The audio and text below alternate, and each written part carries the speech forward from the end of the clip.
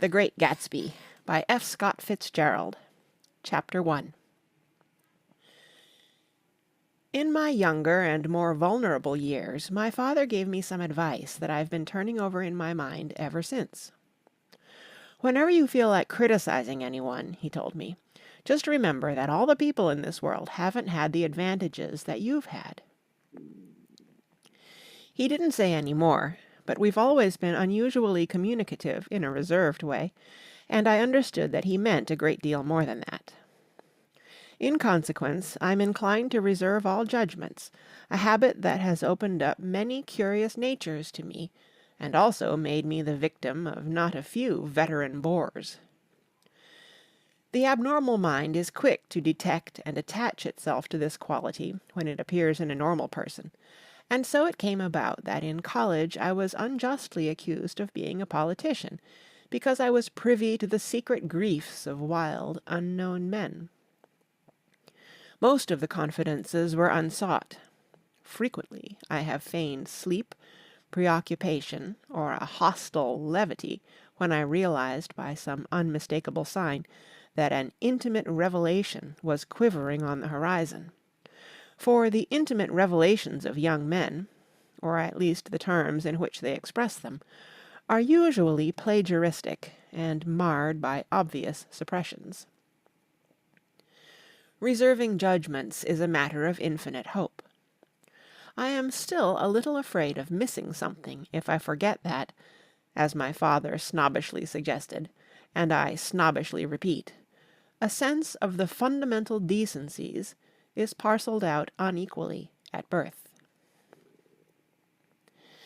And, after boasting this way of my tolerance, I come to the admission that it has a limit. Conduct may be founded on the hard rock or the wet marshes, but after a certain point I don't care what it's founded on. When I came back from the East last autumn, I felt that I wanted the world to be in uniform and at a sort of moral attention forever. I wanted no more riotous excursions with privileged glimpses into the human heart. Only Gatsby, the man who gives his name to this book, was exempt from my reaction. Gatsby, who represented everything for which I have an unaffected scorn. If personality is an unbroken series of successful gestures, then there was something gorgeous about him, some heightened sensitivity to the promises of life, as if he were related to one of those intricate machines that register earthquakes 10,000 miles away. This responsiveness had nothing to do with that flabby impressionability which is dignified under the name of the creative temperament. It was an extraordinary gift for hope, a romantic readiness such as I have never found in any other person, and which it is not likely I shall ever find again. No, Gatsby turned out all right at the end. It is what preyed on Gatsby, what foul dust floated in the wake of his dreams, that temporarily closed out my interest in the abortive sorrows and short-winded elations of men. My family have been prominent, well-to-do people in this middle western city for 3 generations. The Carraways are something of a clan, and we have a tradition that we are descended from the Dukes of Buccleuch, but the actual founder of my line was my grandfather's brother, who came here in '51, sent a substitute to the Civil War, and started the wholesale hardware business that my father carries on today. I never saw this great-uncle, but I'm supposed to look like him, with special reference to the rather hard-boiled painting that hangs in Father's office. I graduated from New Haven in 1915, just a quarter of a century after my father, and a little later I participated in that delayed Teutonic migration known as the Great War. I enjoyed the counter-raid so thoroughly that I came back restless.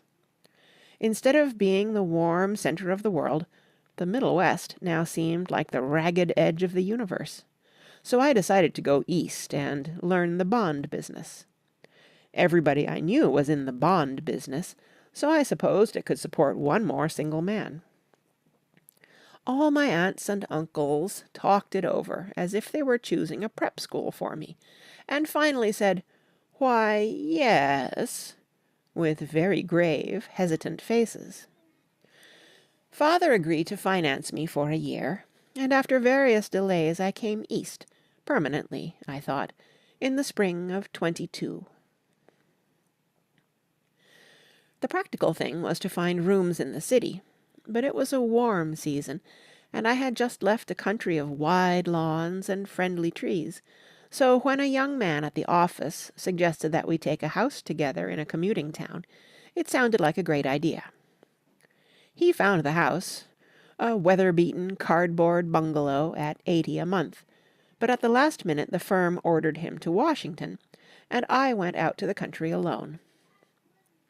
I had a dog, at least I had him for a few days until he ran away, and an old Dodge, and a Finnish woman who made my bed and cooked breakfast, and muttered Finnish wisdom to herself over the electric stove. It was lonely for a day or so, until one morning some man, more recently arrived than I, stopped me on the road. "How do you get to West Egg Village?" he asked helplessly. I told him. And as I walked on, I was lonely no longer. I was a guide, a pathfinder, an original settler. He had casually conferred on me the freedom of the neighborhood. And so, with the sunshine and the great bursts of leaves growing on the trees, just as things grow in fast movies, I had that familiar conviction that life was beginning over again with the summer. There was so much to read, for one thing, and so much fine health to be pulled down out of the young, breath-giving air. I bought a dozen volumes on banking and credit and investment securities, and they stood on my shelf in red and gold like new money from the mint, promising to unfold the shining secrets that only Midas and Morgan and Maecenas knew. And I had the high intention of reading many other books besides. I was rather literary in college. One year I wrote a series of very solemn and obvious editorials for the Yale News. And now I was going to bring back all such things into my life and become again that most limited of all specialists, the well-rounded man. This isn't just an epigram. Life is much more successfully looked at from a single window, after all. It was a matter of chance that I should have rented a house in one of the strangest communities in North America. It was on that slender, riotous island which extends itself due east of New York, and where there are, among other natural curiosities, two unusual formations of land. 20 miles from the city, a pair of enormous eggs, identical in contour and separated only by a courtesy bay, jut out into the most domesticated body of salt water in the Western Hemisphere, the great wet barnyard of Long Island Sound. They are not perfect ovals. Like the egg in the Columbus story, they are both crushed flat at the contact end, but their physical resemblance must be a source of perpetual confusion to the gulls that fly overhead. To the wingless, a more arresting phenomenon is their dissimilarity in every particular, except shape and size. I lived at West Egg, the less fashionable of the two, though this is a most superficial tag to express the bizarre and not a little sinister contrast between them. My house was at the very tip of the egg, only 50 yards from the Sound, and squeezed between two huge places that rented for $12,000 or $15,000 a season.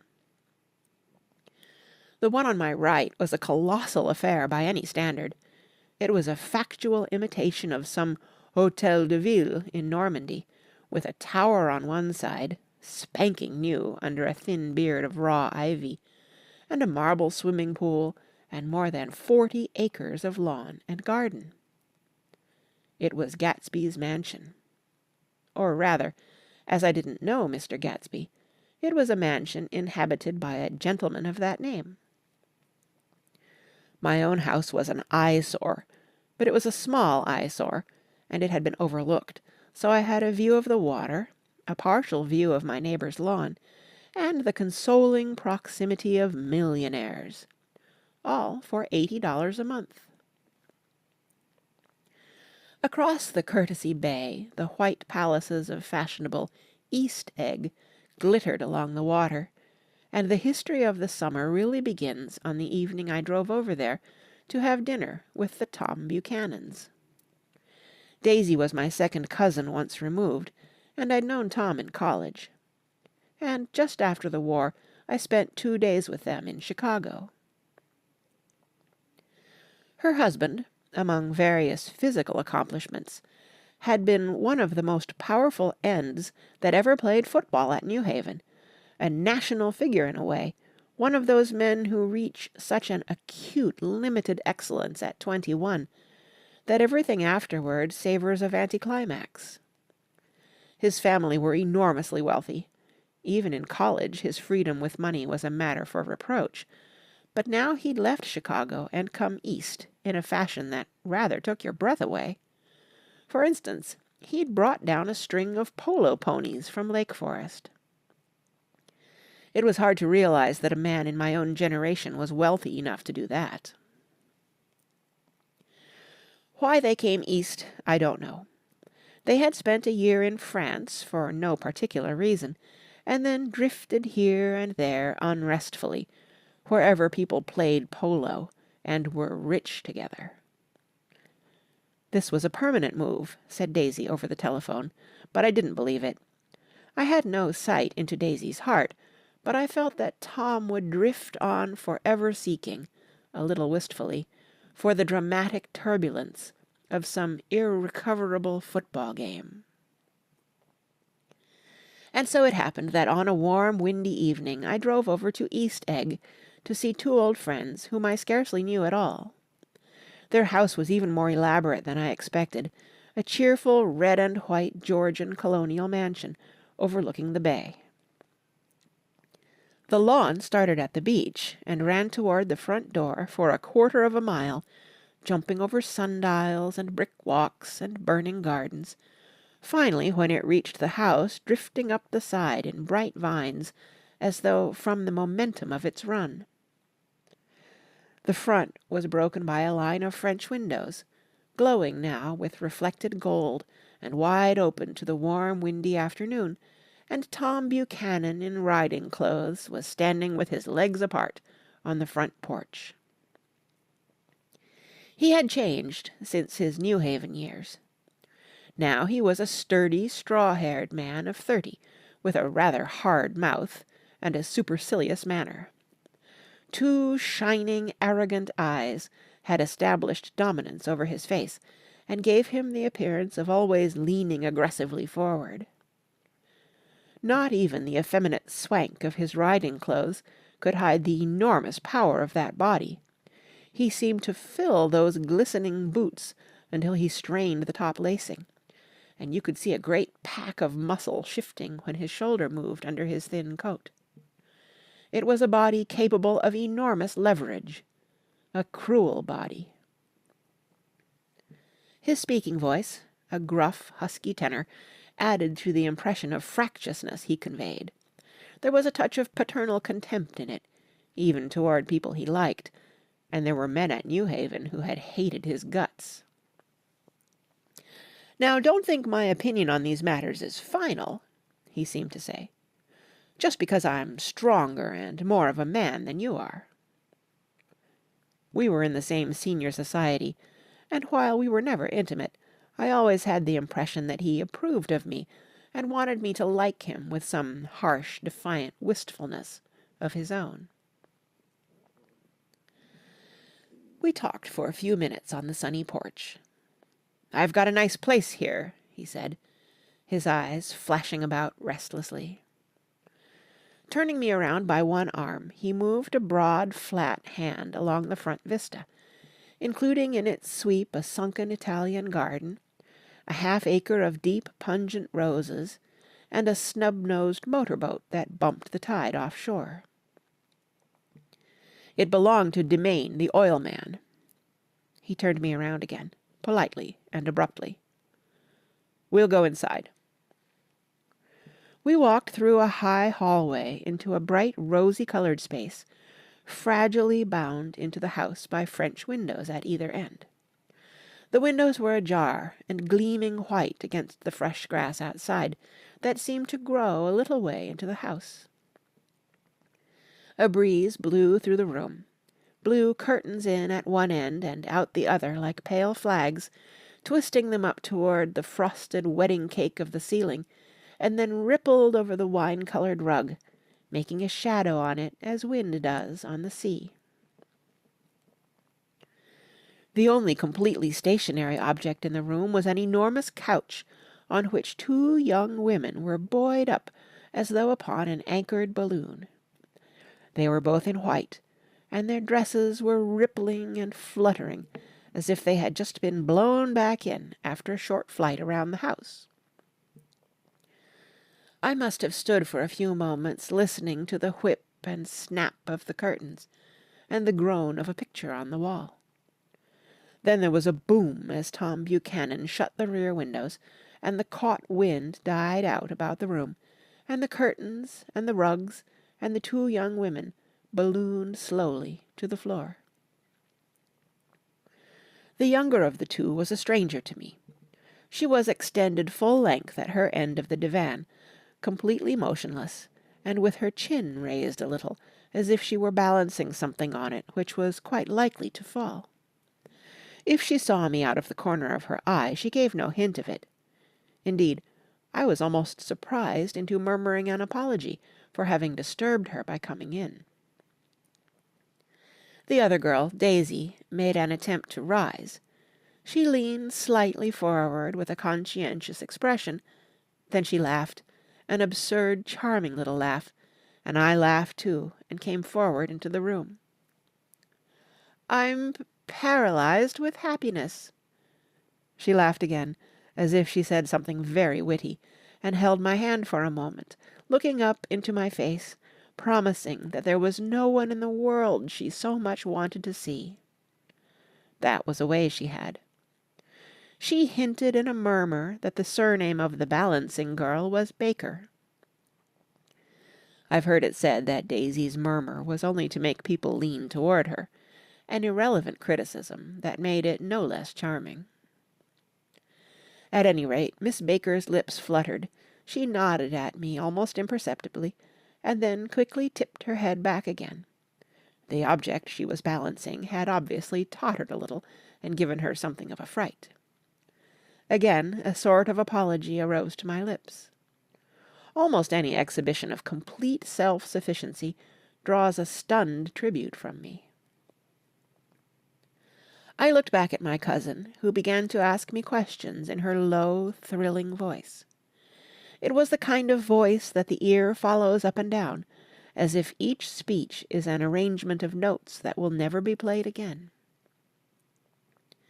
Her face was sad and lovely with bright things in it, bright eyes and a bright, passionate mouth, but there was an excitement in her voice that men who had cared for her found difficult to forget. A singing compulsion, a whispered "listen," a promise that she had done gay, exciting things just a while since, and that there were gay, exciting things hovering in the next hour. I told her how I had stopped off in Chicago for a day on my way east, and how a dozen people had sent their love through me. "Do they miss me?" she cried ecstatically. "The whole town is desolate. All the cars have the left rear wheel painted black as a mourning wreath, and there's a persistent wail all night along the North Shore." "How gorgeous! Let's go back, Tom, tomorrow." Then she added irrelevantly, "You ought to see the baby." "I'd like to." "She's asleep. She's 3 years old. Haven't you ever seen her?" "Never." "Well, you ought to see her. She's—" Tom Buchanan, who had been hovering restlessly about the room, stopped and rested his hand on my shoulder. "What are you doing, Nick?" "I'm a bondman." "Who with?" I told him. "Never heard of them," he remarked decisively. This annoyed me. "You will," I answered shortly. "You will if you stay in the East." "Oh, I'll stay in the East, don't you worry," he said, glancing at Daisy and then back at me, as if he were alert for something more. "I'd be a goddamned fool to live anywhere else." At this point Miss Baker said, "Absolutely," with such suddenness that I started. It was the first word she uttered since I came into the room. Evidently it surprised her as much as it did me, for she yawned, and with a series of rapid, deft movements, stood up into the room. "I'm stiff," she complained. "I've been lying on that sofa for as long as I can remember." "Don't look at me," Daisy retorted. "I've been trying to get you to New York all afternoon." "No, thanks," said Miss Baker to the 4 cocktails just in from the pantry. "I'm absolutely in training." Her host looked at her incredulously. "You are?" He took down his drink as if it were a drop in the bottom of a glass. "How you ever get anything done is beyond me." I looked at Miss Baker, wondering what it was she got done. I enjoyed looking at her. She was a slender, small-breasted girl, with an erect carriage, which she accentuated by throwing her body backward at the shoulders like a young cadet. Her grey, sun-strained eyes looked back at me with polite, reciprocal curiosity out of a wan, charming, discontented face. It occurred to me now that I had seen her, or a picture of her, somewhere before. "You live in West Egg," she remarked contemptuously. "I know somebody there." "I don't know a single—" "You must know Gatsby." "Gatsby?" demanded Daisy. "What Gatsby?" Before I could reply that he was my neighbour, dinner was announced. Wedging his tense arm imperatively under mine, Tom Buchanan compelled me from the room, as though he were moving a checker to another square. Slenderly, languidly, their hands set lightly on their hips, the 2 young women preceded us out onto a rosy-coloured porch, open toward the sunset, where 4 candles flickered on the table in the diminished wind. "Why candles?" objected Daisy, frowning. She snapped them out with her fingers. "In 2 weeks it'll be the longest day in the year." She looked at us all radiantly. "Do you always watch for the longest day of the year and then miss it? I always watch for the longest day in the year and then miss it." "We ought to plan something," yawned Miss Baker, sitting down at the table as if she were getting into bed. "All right," said Daisy. "What'll we plan?" She turned to me helplessly. "What do people plan?" Before I could answer, her eyes fastened with an awed expression on her little finger. "Look," she complained. "I hurt it." We all looked. The knuckle was black and blue. "You did it, Tom," she said accusingly. "I know you didn't mean to, but you did do it. That's what I get for marrying a brute of a man, a great, big, hulking, physical specimen of a—" "I hate that word hulking," objected Tom crossly, "even in kidding." "Hulking," insisted Daisy. Sometimes she and Miss Baker talked at once, unobtrusively, and with a bantering inconsequence that was never quite chatter, that was as cool as their white dresses and their impersonal eyes in the absence of all desire. They were here, and they accepted Tom and me, making only a polite, pleasant effort to entertain or to be entertained. They knew that presently dinner would be over, and a little later the evening too would be over and casually put away.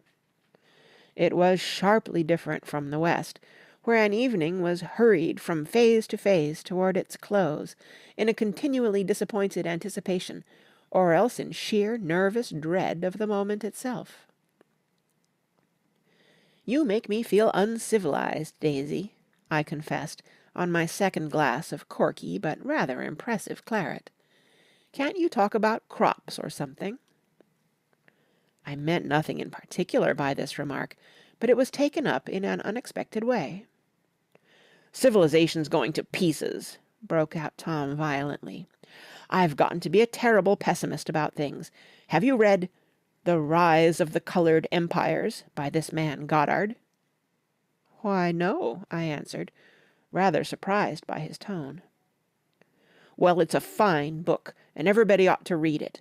The idea is, if we don't look out, the white race will be utterly submerged. It's all scientific stuff. It's been proved." "Tom's getting very profound," said Daisy, with an expression of unthoughtful sadness. "He reads deep books with long words in them. What was that word we—" "Well, these books are all scientific," insisted Tom, glancing at her impatiently. "This fellow has worked out the whole thing. It's up to us, who are the dominant race, to watch out, or these other races will have control of things." "We've got to beat them down," whispered Daisy, winking ferociously toward the fervent sun. "You ought to live in California," began Miss Baker, but Tom interrupted her by shifting heavily in his chair. "This idea is that we're Nordics. I am, and you are, and you are, and—" After an infinitesimal hesitation, he included Daisy with a slight nod, and she winked at me again. "And we've produced all the things that go to make civilization. Oh, science and art and all that. Do you see?" There was something pathetic in his concentration, as if his complacency, more acute than of old, was not enough to him any more. When, almost immediately, the telephone rang inside, and the butler left the porch, Daisy seized upon the momentary interruption and leaned toward me. "I'll tell you a family secret," she whispered enthusiastically. "It's about the butler's nose. Do you want to hear about the butler's nose?" "That's why I came over tonight." "Well, he wasn't always a butler. He used to be the silver polisher for some people in New York that had a silver service for 200 people.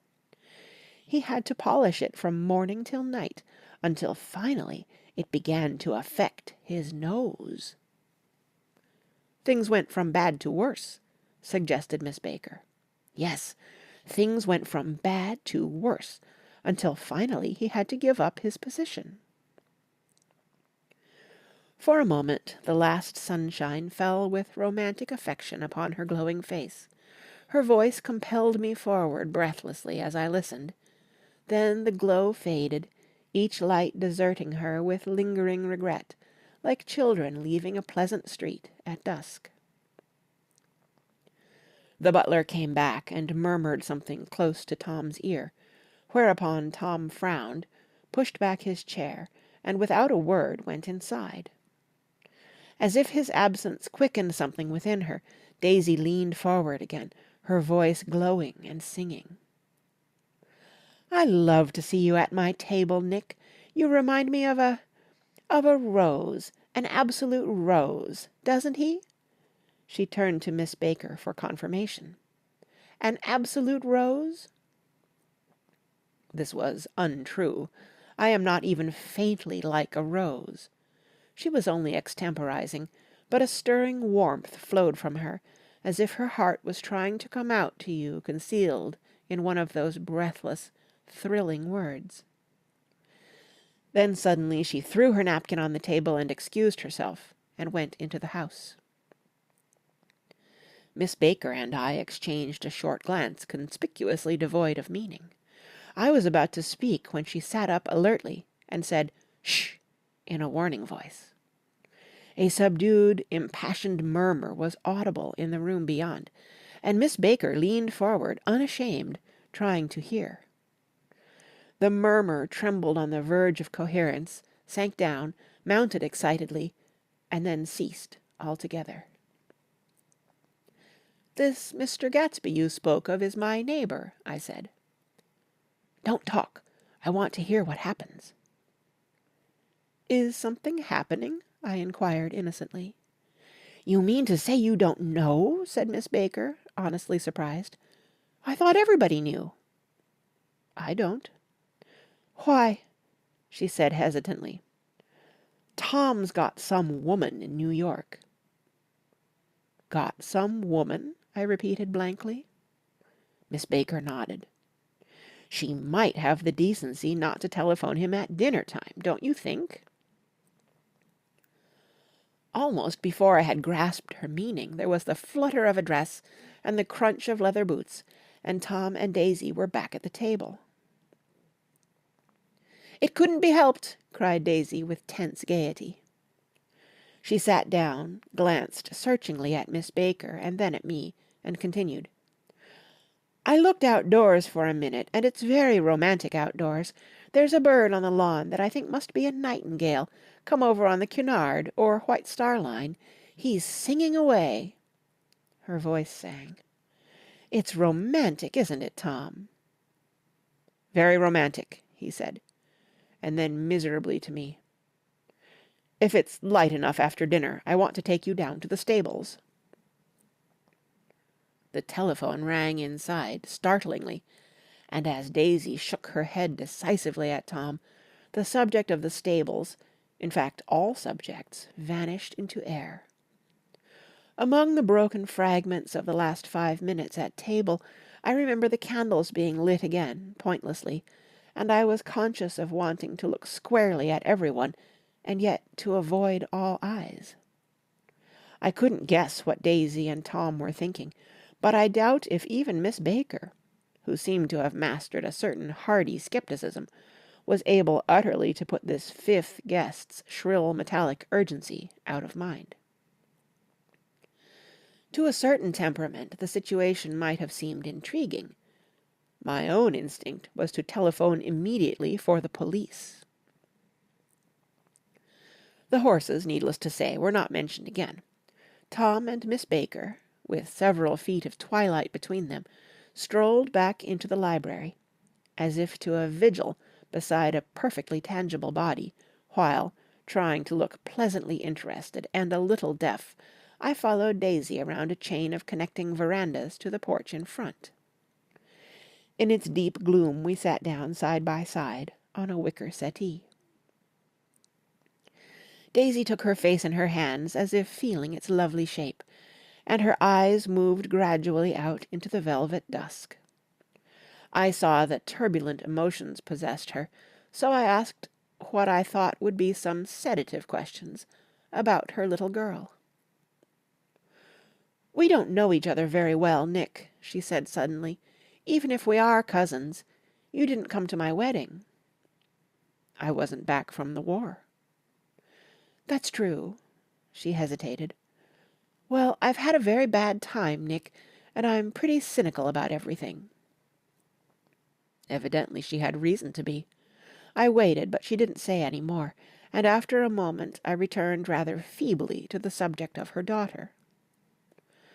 "I suppose she talks and eats and everything?" "Oh, yes." She looked at me absently. "Listen, Nick. Let me tell you what I said when she was born. Would you like to hear?" "Very much." "It'll show you how I've gotten to feel about things. Well, she was less than an hour old, and Tom was God knows where. I woke up out of the ether with an utterly abandoned feeling, and asked the nurse right away if it was a boy or a girl. She told me it was a girl, and so I turned my head away and wept. 'All right,' I said, 'I'm glad it's a girl, and I hope she'll be a fool. That's the best thing a girl can be in this world, a beautiful little fool.' You see, I think everything's terrible anyhow," she went on in a convinced way. "Everybody thinks so, the most advanced people. And I know. I've been everywhere and seen everything and done everything. Her eyes flashed around her in a defiant way, rather like Tom's, and she laughed with thrilling scorn. Sophisticated! God, I'm sophisticated. The instant her voice broke off, ceasing to compel my attention, my belief, I felt the basic insincerity of what she had said. It made me uneasy, as though the whole evening had been a trick of some sort to exact a contributory emotion from me. I waited, and sure enough, in a moment she looked at me with an absolute smirk on her lovely face, as if she had asserted her membership in a rather distinguished secret society to which she and Tom belonged. Inside, the crimson room bloomed with light. Tom and Miss Baker sat at either end of the long couch, and she read aloud to him from the Saturday Evening Post. The words, murmurous and uninflected, running together in a soothing tune. The lamplight, bright on his boots, and dull on the autumn leaf yellow of her hair, glinted along the paper as she turned a page with a flutter of slender muscles in her arms. When we came in, she held us silent for a moment with a lifted hand. "To be continued," she said, tossing the magazine on the table, "in our very next issue." Her body asserted itself with a restless movement of her knee, and she stood up. 10 o'clock, she remarked, apparently finding the time on the ceiling. "Time for this good girl to go to bed." "Jordan's going to play in the tournament tomorrow," explained Daisy, "over at Westchester." "Oh, you're Jordan Baker!" I knew now why her face was familiar. Its pleasing, contemptuous expression had looked out at me from many rotogravure pictures of the sporting life at Asheville and Hot Springs and Palm Beach.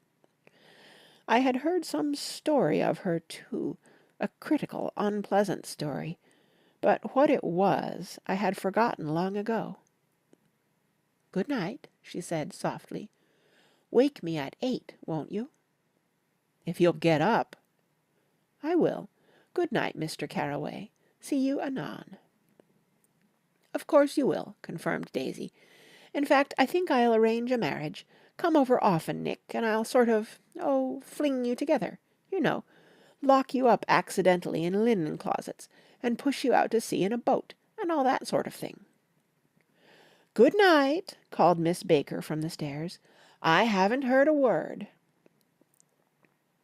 "She's a nice girl," said Tom, after a moment. "They oughtn't to let her run around the country this way." "Who oughtn't to?" inquired Daisy coldly. "Her family."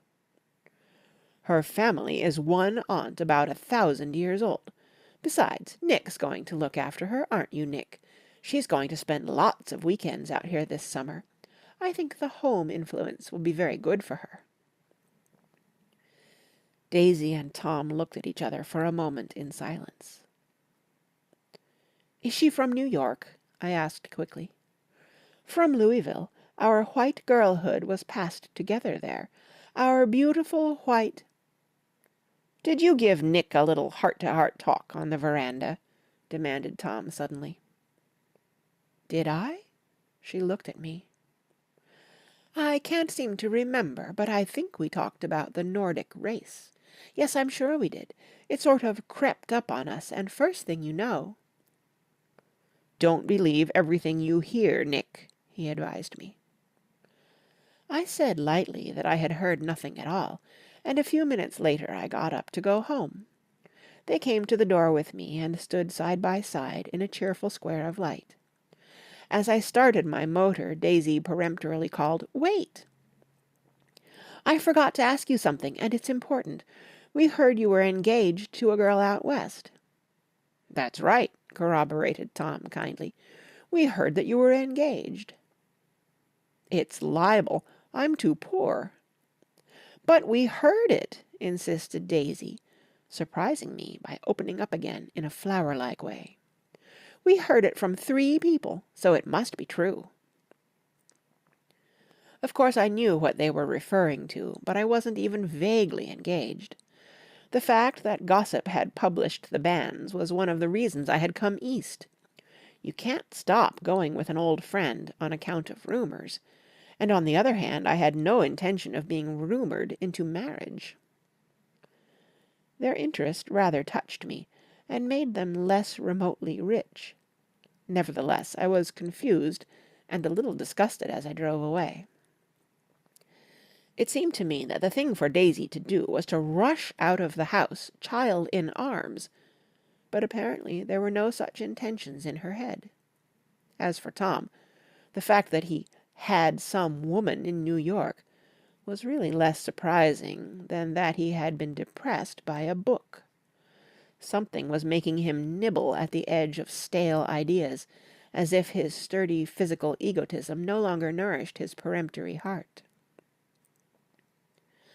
Already it was deep summer on roadhouse roofs and in front of wayside garages, where new red gas pumps sat out in pools of light, and when I reached my estate at West Egg, I ran the car under its shed, and sat for a while on an abandoned grass roller in the yard. The wind had blown off, leaving a loud, bright night, with wings beating in the trees, and a persistent organ sound as the full bellows of the earth blew the frogs full of life. The silhouette of a moving cat wavered across the moonlight, and, turning my head to watch it, I saw that I was not alone. 50 feet away a figure had emerged from the shadow of my neighbour's mansion, and was standing with his hands in his pockets, regarding the silver pepper of the stars. Something in his leisurely movements and the secure position of his feet upon the lawn suggested that it was Mr. Gatsby himself, come out to determine what share was his of our local heavens. I decided to call to him. Miss Baker had mentioned him at dinner, and that would do for an introduction. But I didn't call to him, for he gave a sudden intimation that he was content to be alone. He stretched out his arms toward the dark water in a curious way, and, far as I was from him, I could have sworn he was trembling. Involuntarily I glanced seaward, and distinguished nothing except a single green light, minute and far away, that might have been at the end of a dock. When I looked once more for Gatsby, he had vanished, and I was alone again in the unquiet darkness. End of Chapter 1. Chapter 2. About halfway between West Egg and New York, the motor road hastily joins the railroad and runs beside it for 1/4 of a mile, so as to shrink away from a certain desolate area of land. This is a valley of ashes, a fantastic farm where ashes grow like wheat into ridges and hills and grotesque gardens, where ashes take the forms of houses and chimneys and rising smoke, and finally, with a transcendent effort, of men who move dimly and already crumbling through the powdery air.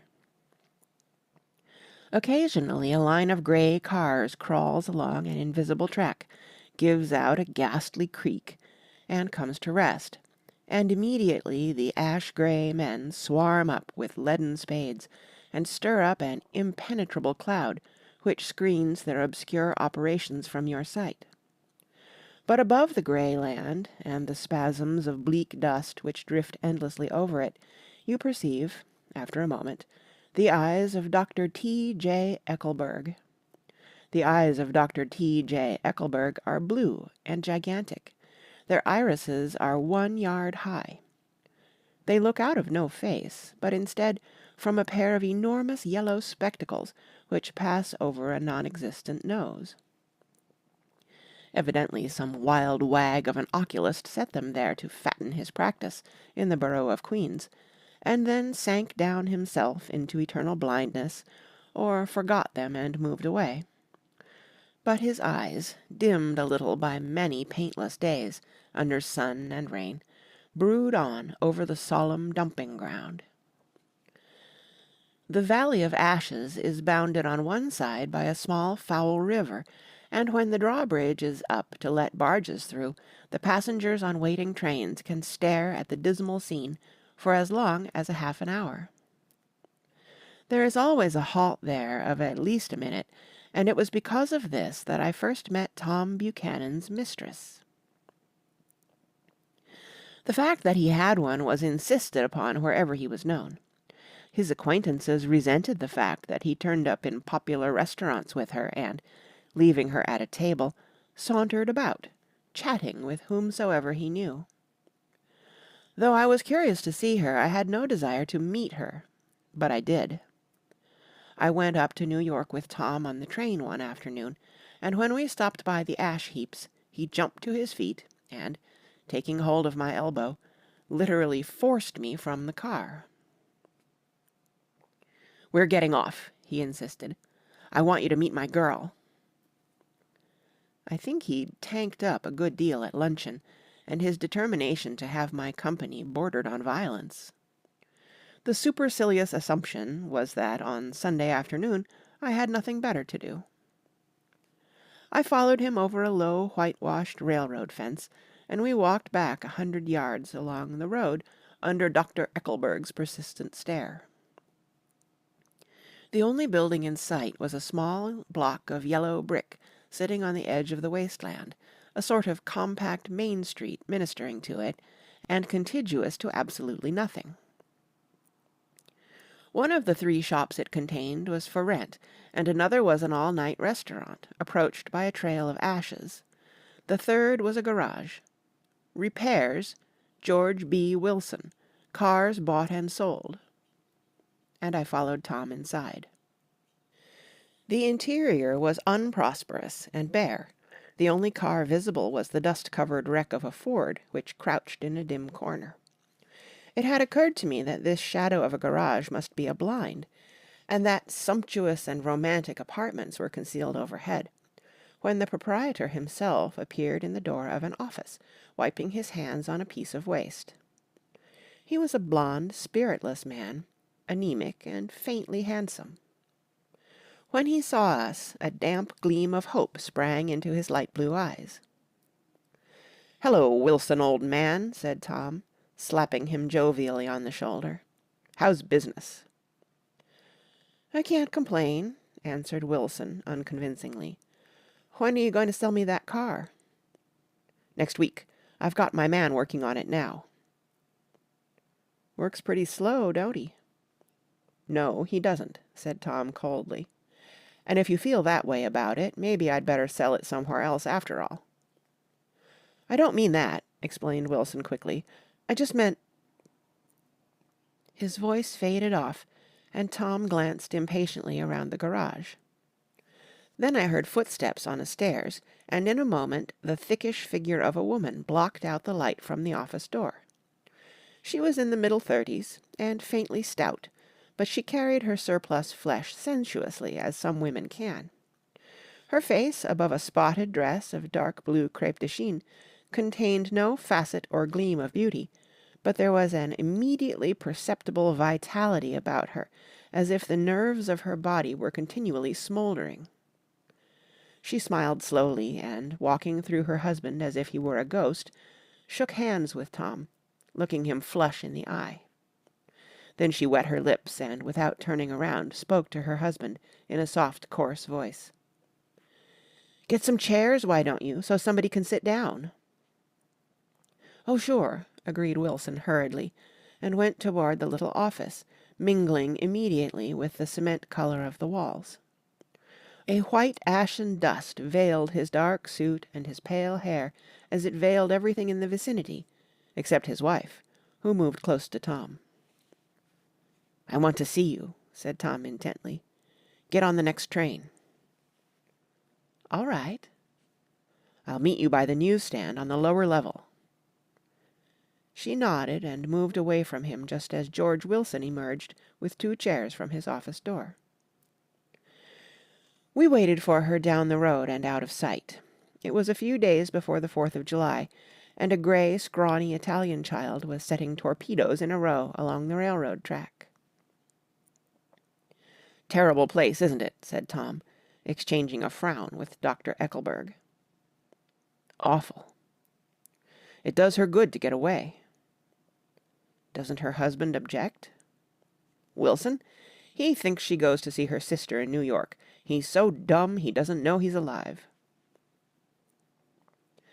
So Tom Buchanan and his girl and I went up together to New York, or not quite together, for Mrs. Wilson sat discreetly in another car. Tom deferred that much to the sensibilities of those East Eggers who might be on the train. She had changed her dress to a brown-figured muslin, which stretched tight over her rather wide hips, as Tom helped her to the platform in New York. At the newsstand she bought a copy of Town Tattle and a moving picture magazine, and in the station drug-store some cold cream and a small flask of perfume. Upstairs, in the solemn, echoing drive, she let 4 taxicabs drive away before she selected a new one, lavender-coloured with grey upholstery, and in this we slid out from the mass of the station into the glowing sunshine. But immediately she turned sharply from the window and, leaning forward, tapped on the front glass. "I want to get one of those dogs," she said earnestly. "I want to get one for the apartment. They're nice to have, a dog." We backed up to a grey old man who bore an absurd resemblance to John D. Rockefeller. In a basket swung from his neck cowered a dozen very recent puppies of an indeterminate breed. "What kind are they?" asked Mrs. Wilson eagerly, as he came to the taxi window. "All kinds. What kind you want, lady?" "I'd like to get one of those police dogs. I don't suppose you got that kind." The man peered doubtfully into the basket, plunged in his hand, and drew one up, wriggling by the back of the neck. "That's no police dog," said Tom. "No, it's not exactly a police dog," said the man, with disappointment in his voice. "It's more of an Airedale." He passed his hand over the brown wash-rag of a back. "Look at that coat. Some coat. That's a dog that'll never bother you with catching cold." "I think it's cute," said Mrs. Wilson enthusiastically. "How much is it?" "That dog?" He looked at it admiringly. "That dog will cost you $10. The Airedale, undoubtedly there was an Airedale concerned in it somewhere, though its feet were startlingly white, changed hands and settled down into Mrs. Wilson's lap, where she fondled the weatherproof coat with rapture. "Is it a boy or a girl?" she asked delicately. "That dog? That dog's a boy." "It's a bitch," said Tom decisively. "Here's your money. Go and buy 10 more dogs with it." We drove over to Fifth Avenue, so warm and soft, almost pastoral, on the summer Sunday afternoon that I wouldn't have been surprised to see a great flock of white sheep turn the corner. "Hold on," I said. "I have to leave you here." "No, you don't," interposed Tom quickly. "Myrtle'll be hurt if you don't come up to the apartment, won't you, Myrtle?" "Come on," she urged. "I'll telephone my sister Catherine. She's said to be very beautiful by people who ought to know." "Well, I'd like to, but—" We went on, cutting back again over the park toward the West Hundreds. At 158th Street the cab stopped at one slice in a long white cake of apartment houses.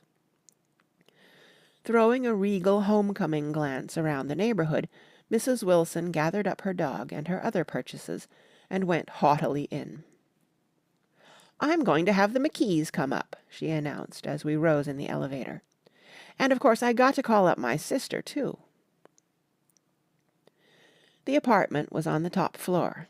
A small living room, a small dining room, a small bedroom, and a bath. The living room was crowded to the doors with a set of tapestried furniture entirely too large for it, so that to move about was to stumble continually over scenes of ladies swinging in the gardens of Versailles. The only picture was an over-enlarged photograph, apparently a hen sitting on a blurred rock. Looked at from a distance, however, the hen resolved itself into a bonnet, and the countenance of a stout old lady beamed down into the room. Several old copies of Town Tattle lay on the table, together with a copy of Simon Called Peter, and some of the small scandal magazines of Broadway. Mrs. Wilson was first concerned with the dog. A reluctant elevator boy went for a boxful of straw and some milk, to which he added on his own initiative a tin of large, hard dog biscuits, one of which decomposed apathetically in the saucer of milk all afternoon.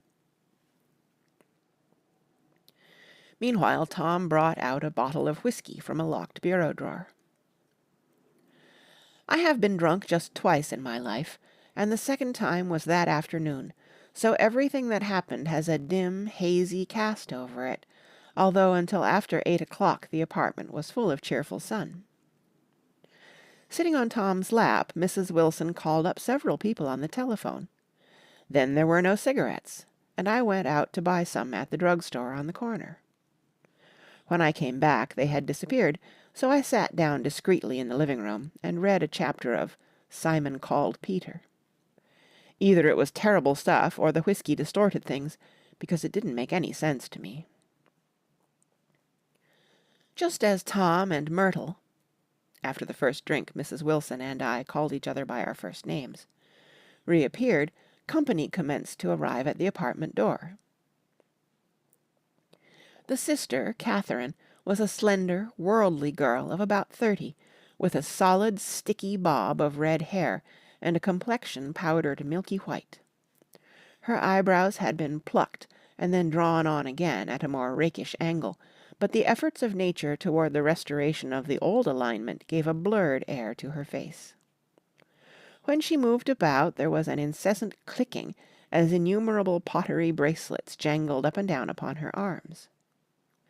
She came in with such a proprietary haste, and looked around so possessively at the furniture that I wondered if she lived here. But when I asked her, she laughed immoderately, repeated my question aloud, and told me she lived with a girl-friend at a hotel. Mr. McKee was a pale, feminine man from the flat below. He had just shaved, for there was a white spot of lather on his cheekbone, and he was most respectful in his greeting to everyone in the room. He informed me that he was in the artistic game, and I gathered later that he was a photographer, and had made the dim enlargement of Mrs. Wilson's mother, which hovered like an ectoplasm on the wall. His wife was shrill, languid, handsome, and horrible. She told me with pride that her husband had photographed her 127 times since they had been married. Mrs. Wilson had changed her costume some time before, and was now attired in an elaborate afternoon dress of cream-coloured chiffon, which gave out a continual rustle as she swept about the room. With the influence of the dress, her personality had also undergone a change. The intense vitality that had been so remarkable in the garage was converted into impressive hauteur. Her laughter, her gestures, her assertions became more violently affected moment by moment, and as she expanded, the room grew smaller around her, until she seemed to be revolving on a noisy, creaking pivot through the smoky air. "My dear," she told her sister, in a high, mincing shout, "most of these fellas will cheat you every time. All they think of is money. I had a woman up here last week to look at my feet, and when she gave me the bill, you'd have thought she had my appendicitis out." "What was the name of the woman?" asked Mrs. McKee. "Mrs. Aberhart. She goes around looking at people's feet in their own homes." "I like your dress," remarked Mrs. McKee. "I think it's adorable." Mrs. Wilson rejected the compliment by raising her eyebrow in disdain. "It's just a crazy old thing," she said. "I just slip it on sometimes when I don't care what I look like." "But it looks wonderful on you, if you know what I mean," pursued Mrs. McKee. "If Chester could only get you in that pose, I think he could make something of it." We all looked in silence at Mrs. Wilson, who had removed a strand of hair from over her eyes, and looked back at us with a brilliant smile. Mr. McKee regarded her intently with his head on one side, and then moved his hand back and forth slowly in front of his face. "I should change the light," he said after a moment. "I'd like to bring out the modelling of the features, and I'd try to get hold of all the back hair." "I wouldn't think of changing the light," cried Mrs. McKee. "I think it's—" Her husband said, "Shh!" and we all looked at the subject again, whereupon Tom Buchanan yawned audibly and got to his feet. "You McKees have something to drink," he said. "Get some more ice and mineral water, Myrtle, before everybody goes to sleep." "I told that boy about the ice." Myrtle raised her eyebrows in despair at the shiftlessness of the lower orders. "These people, you have to keep after them all the time." She looked at me and laughed pointlessly. Then she flounced over to the dog, kissed it with ecstasy, and swept into the kitchen, implying that a dozen chefs awaited her orders there. "I've done some nice things out on Long Island," asserted Mr. McKee. Tom looked at him blankly. "2 of them we have framed downstairs." "2 what?" demanded Tom. "2 studies. One of them I call Montauk Point, the Gulls, and the other I call Montauk Point, the Sea." The sister Catherine sat down beside me on the couch. "Do you live down on Long Island, too?" she inquired. "I live at West Egg." "Really? I was down there at a party about a month ago, at a man named Gatsby's. Do you know him?" "I live next door to him." "Well, they say he's a nephew or a cousin of Kaiser Wilhelm's. That's where all his money comes from." "Really?" She nodded. "I'm scared of him. I'd hate to have him get anything on me." This absorbing information about my neighbor was interrupted by Mrs. McKee's pointing suddenly at Catherine. "Chester, I think you could do something with her," she broke out, but Mr. McKee only nodded in a bored way and turned his attention to Tom. "I'd like to do more work on Long Island if I could get the entry. All I ask is that they should give me a start." "Ask Myrtle," said Tom, breaking into a short shout of laughter as Mrs. Wilson entered with a tray.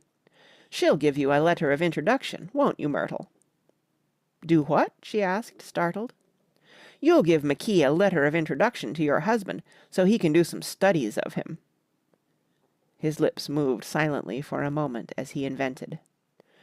"George B. Wilson at the gasoline pump," or something like that. Catherine leaned close to me and whispered in my ear. "Neither of them can stand the person they're married to." "Can't they?" "Can't stand them." She looked at Myrtle and then at Tom.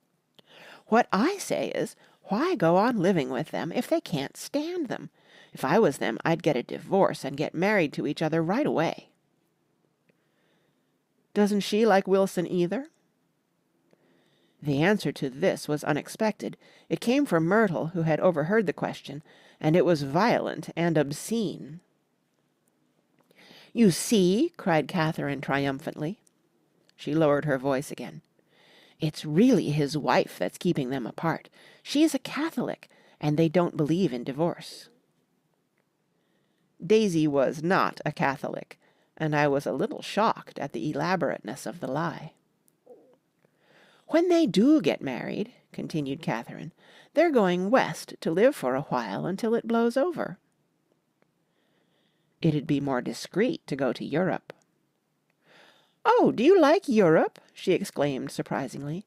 "I just got back from Monte Carlo." "Really?" "Just last year. I went over there with another girl." "Stay long?" "No, we just went to Monte Carlo and back. We went by way of Marseille. We had over $1,200 when we started, but we got gypped out of it all in 2 days in the private rooms.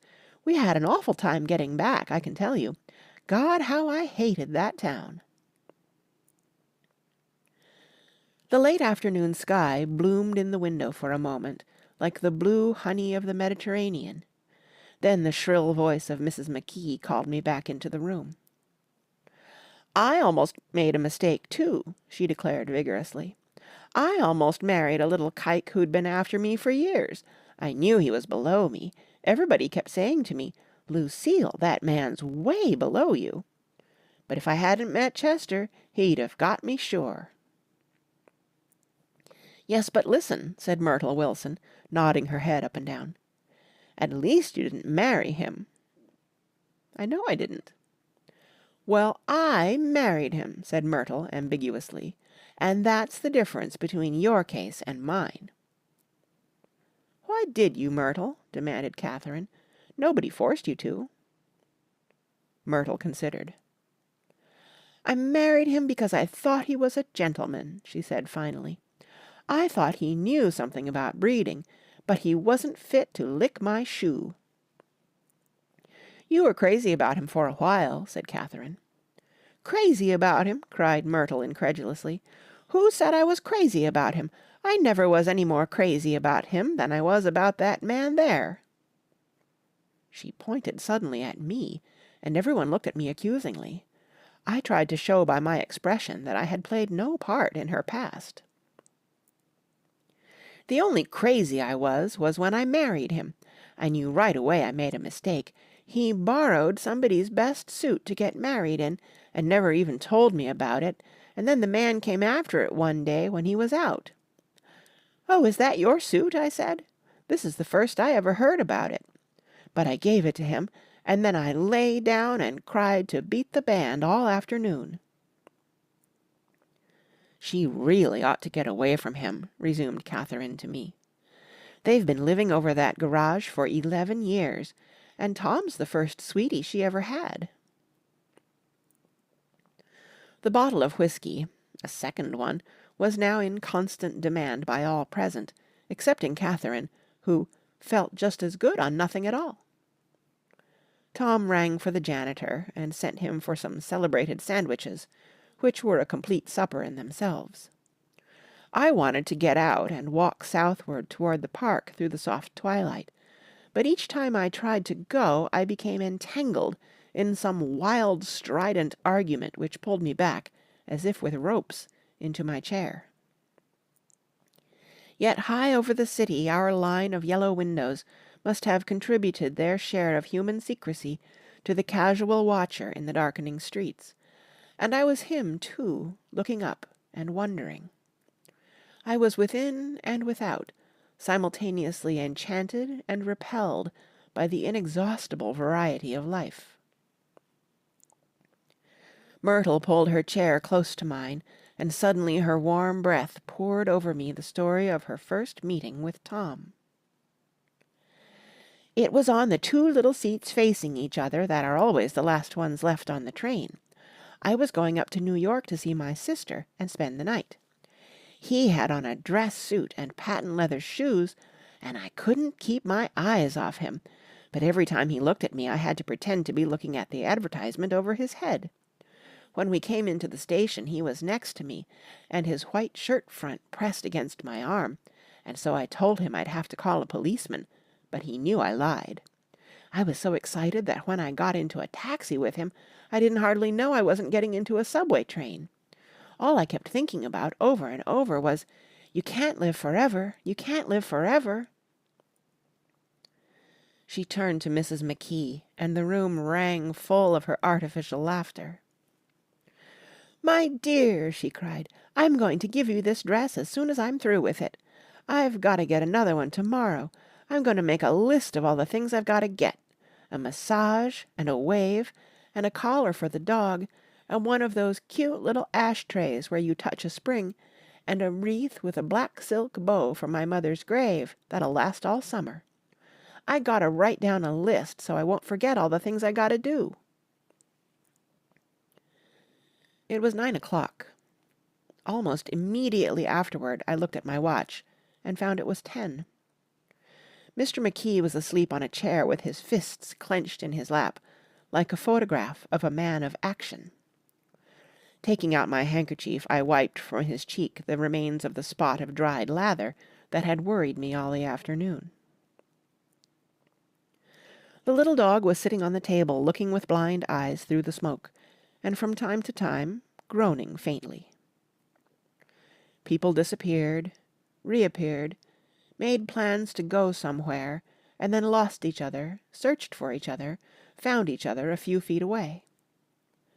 Sometime toward midnight Tom Buchanan and Mrs. Wilson stood face to face discussing, in impassioned voices, whether Mrs. Wilson had any right to mention Daisy's name.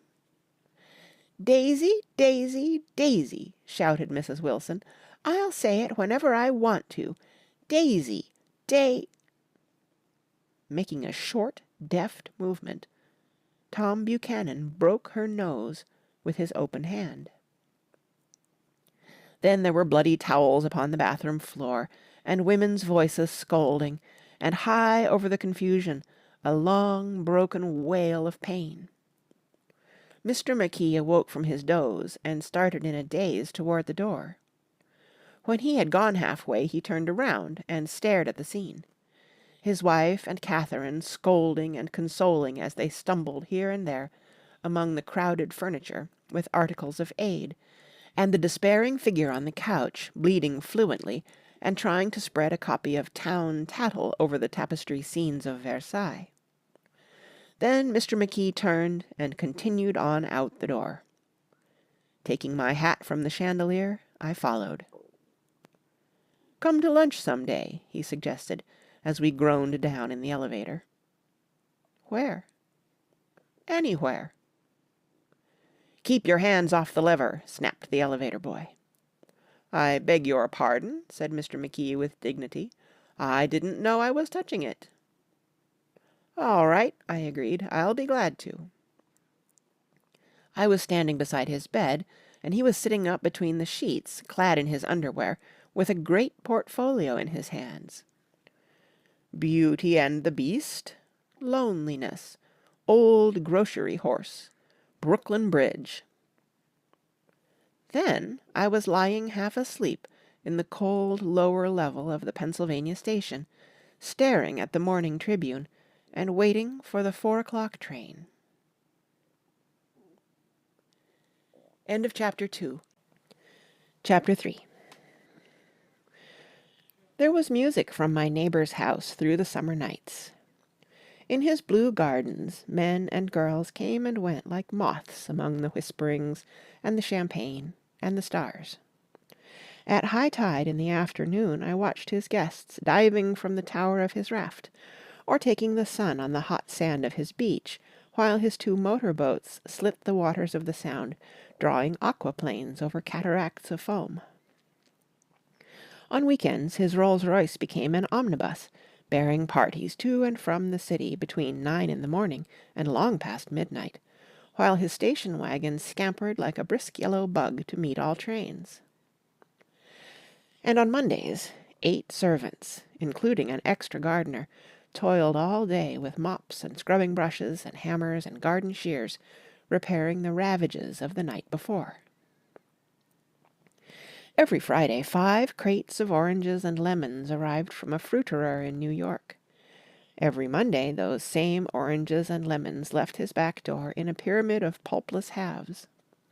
There was a machine in the kitchen which could extract the juice of 200 oranges in half an hour, if a little button was pressed 200 times by a butler's thumb. At least once a fortnight a corps of caterers came down with several hundred feet of canvas and enough colored lights to make a Christmas tree of Gatsby's enormous garden. On buffet tables, garnished with glistening hors d'oeuvres, spiced baked hams crowded against salads of harlequin designs, and pastry pigs, and turkeys bewitched to a dark gold. In the main hall a bar with a real brass rail was set up, and stocked with gins and liquors, and with cordials so long forgotten that most of his female guests were too young to know one from another. By 7 o'clock the orchestra has arrived. No thin 5-piece affair, but a whole pit full of oboes and trombones and saxophones and viols and cornets and piccolos, and low and high drums. The last swimmers have come in from the beach now, and are dressing upstairs. The cars from New York are parked 5 deep in the drive, and already the halls and salons and verandas are gaudy with primary colors, and hair shorn in strange new ways, and shawls beyond the dreams of Castile. The bar is in full swing, and floating rounds of cocktails permeate the garden outside, until the air is alive with chatter and laughter and casual innuendo and introductions forgotten on the spot, and enthusiastic meetings between women who never knew each other's names. The lights grow brighter as the earth lurches away from the sun, and now the orchestra is playing yellow cocktail music, and the opera of voices pitches a key higher. Laughter is easier minute by minute, spilled with prodigality, tipped out at a cheerful word. The groups change more swiftly, swell with new arrivals, dissolve and form in the same breath. Already there are wanderers, confident girls who weave here and there among the stouter and more stable, become for a sharp, joyous moment the centre of a group, and then, excited with triumph, glide on through the sea change of faces and voices and colour, under the constantly changing light. Suddenly one of the gypsies, in trembling opal, seizes a cocktail out of the air, dumps it down for courage, and, moving her hands like Frisco, dances out alone on the canvas platform. A momentary hush. The orchestra leader varies his rhythm obligingly for her, and there is a burst of chatter as the erroneous news goes round that she is Gilda Gray's understudy from the Follies. The party has begun. I believe that on the first night I went to Gatsby's house, I was one of the few guests who had actually been invited. People were not invited, they went there. They got into automobiles which bore them out to Long Island, and somehow they ended up at Gatsby's door. Once there, they were introduced by somebody who knew Gatsby, and after that they conducted themselves according to the rules of behavior associated with amusement parks. Sometimes they came and went without having met Gatsby at all, came for the party with a simplicity of heart that was its own ticket of admission. I had actually been invited. A chauffeur in a uniform of robin's egg blue crossed my lawn early that Saturday morning with a surprisingly formal note from his employer. The honour would be entirely Gatsby's, it said, if I would attend his little party that night. He had seen me several times, and had intended to call on me long before, but a peculiar combination of circumstances had prevented it. Signed, Jay Gatsby, in a majestic hand. Dressed up in white flannels, I went over to his lawn a little after 7, and wandered around rather ill at ease among swirls and eddies of people I didn't know, though here and there was a face I had noticed on the commuting train. I was immediately struck by the number of young Englishmen dotted about, all well-dressed, all looking a little hungry, and all talking in low, earnest voices to solid and prosperous Americans. I was sure that they were selling something, bonds or insurance or automobiles. They were at least agonizingly aware of the easy money in the vicinity, and convinced that it was theirs for a few words in the right key. As soon as I arrived, I made an attempt to find my host, but the 2 or 3 people of whom I asked his whereabouts stared at me in such an amazed way, and denied so vehemently any knowledge of his movements, that I slunk off in the direction of the cocktail table, the only place in the garden where a single man could linger without looking purposeless and alone. I was on my way to get roaring drunk from sheer embarrassment, when Jordan Baker came out of the house, and stood at the head of the marble steps, leaning a little backward, and looking with contemptuous interest down into the garden. Welcome or not, I found it necessary to attach myself to someone before I should begin to address cordial remarks to the passers-by. "Hello!" I roared, advancing toward her. My voice seemed unnaturally loud across the garden. "I thought you might be here," she responded absently as I came up. "I remembered you lived next door to—" She held my hand impersonally, as a promise that she'd take care of me in a minute, and gave ear to 2 girls in twin yellow dresses, who stopped at the foot of the steps. "Hello!" they cried together. "Sorry you didn't win." That was for the golf tournament. She had lost in the finals the week before. "You don't know who we are," said one of the girls in yellow, "but we met you here about a month ago." "You've dyed your hair since then," remarked Jordan, and I started, but the girls had moved casually on, and her remark was addressed to the premature moon, produced like the supper, no doubt, out of a caterer's basket. With Jordan's slender golden arm resting in mine, we descended the steps and sauntered about the garden. A tray of cocktails floated at us through the twilight, and we sat down at a table with the 2 girls in yellow and 3 men, each one introduced to us as Mr. Mumble. "Do you come to these parties often?" inquired Jordan of the girl beside her. "The last one was the one I met you at," answered the girl, in an alert, confident voice. She turned to her companion. "Wasn't it for you, Lucille?" It was for Lucille, too. "I like to come," Lucille said. "I never care what I do, so I always have a good time. When I was here last I tore my gown on a chair, and he asked me my name and address. Inside of a week I got a package from Crorier's with a new evening gown in it." "Did you keep it?" asked Jordan. "Sure I did. I was going to wear it tonight, but it was too big in the bust and had to be altered. It was gas blue with lavender beads. $265. "There's something funny about a fellow that'll do a thing like that," said the other girl eagerly. "He doesn't want any trouble with anybody." "Who doesn't?" I inquired. "Gatsby. Somebody told me." The 2 girls and Jordan leaned together confidentially. "Somebody told me they thought he killed a man once." A thrill passed over all of us.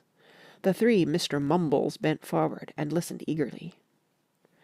"I don't think it's so much that," argued Lucille skeptically.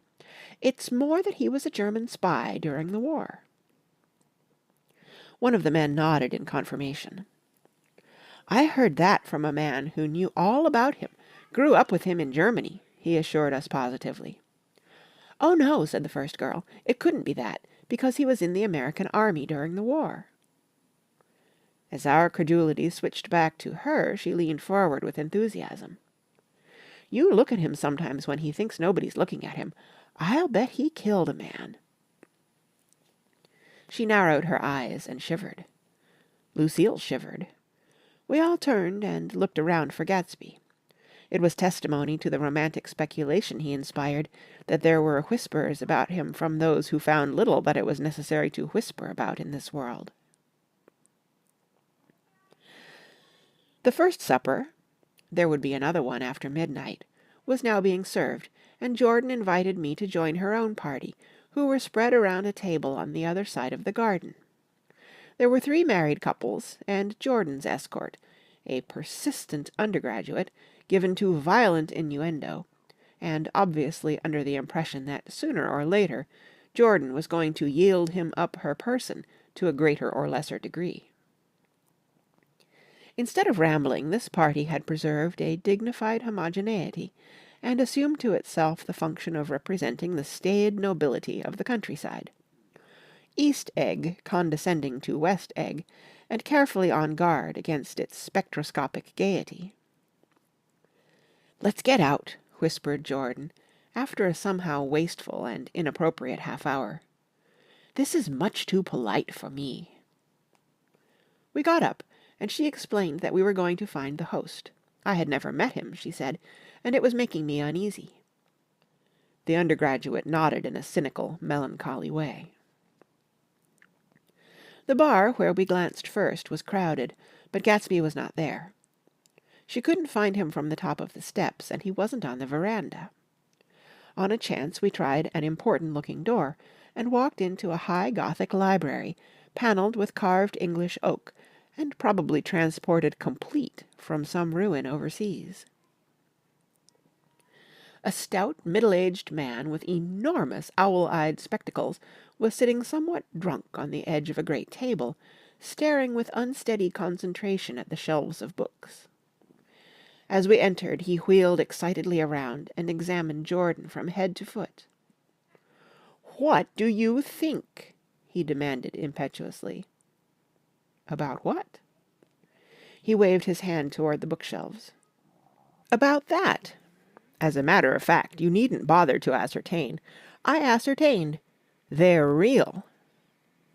"The books?" He nodded. "Absolutely real. Have pages and everything. I thought they'd be a nice durable cardboard. Matter of fact, they're absolutely real. Pages and... Here, let me show you." Taking our skepticism for granted, he rushed to the bookcases, and returned with Volume 1 of the Stoddard Lectures. "See," he cried triumphantly, "it's a bona fide piece of printed matter. It fooled me. This fellow's a regular Belasco. It's a triumph. What thoroughness! What realism! Knew when to stop, too. Didn't cut the pages. But what do you want? What do you expect?"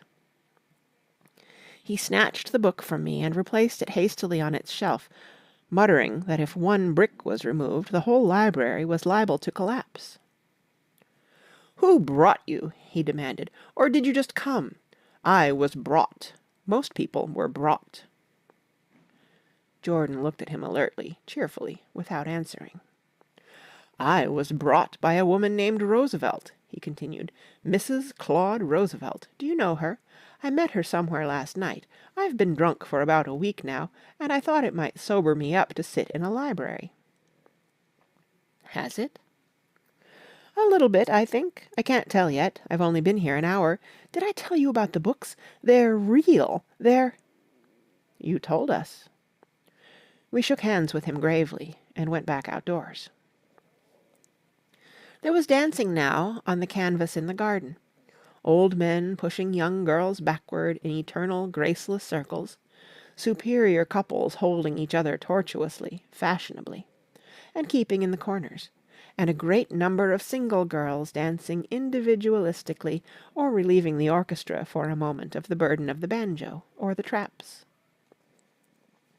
By midnight the hilarity had increased. A celebrated tenor had sung in Italian, and a notorious contralto had sung in jazz, and between the numbers people were doing stunts all over the garden, while happy, vacuous bursts of laughter rose toward the summer sky.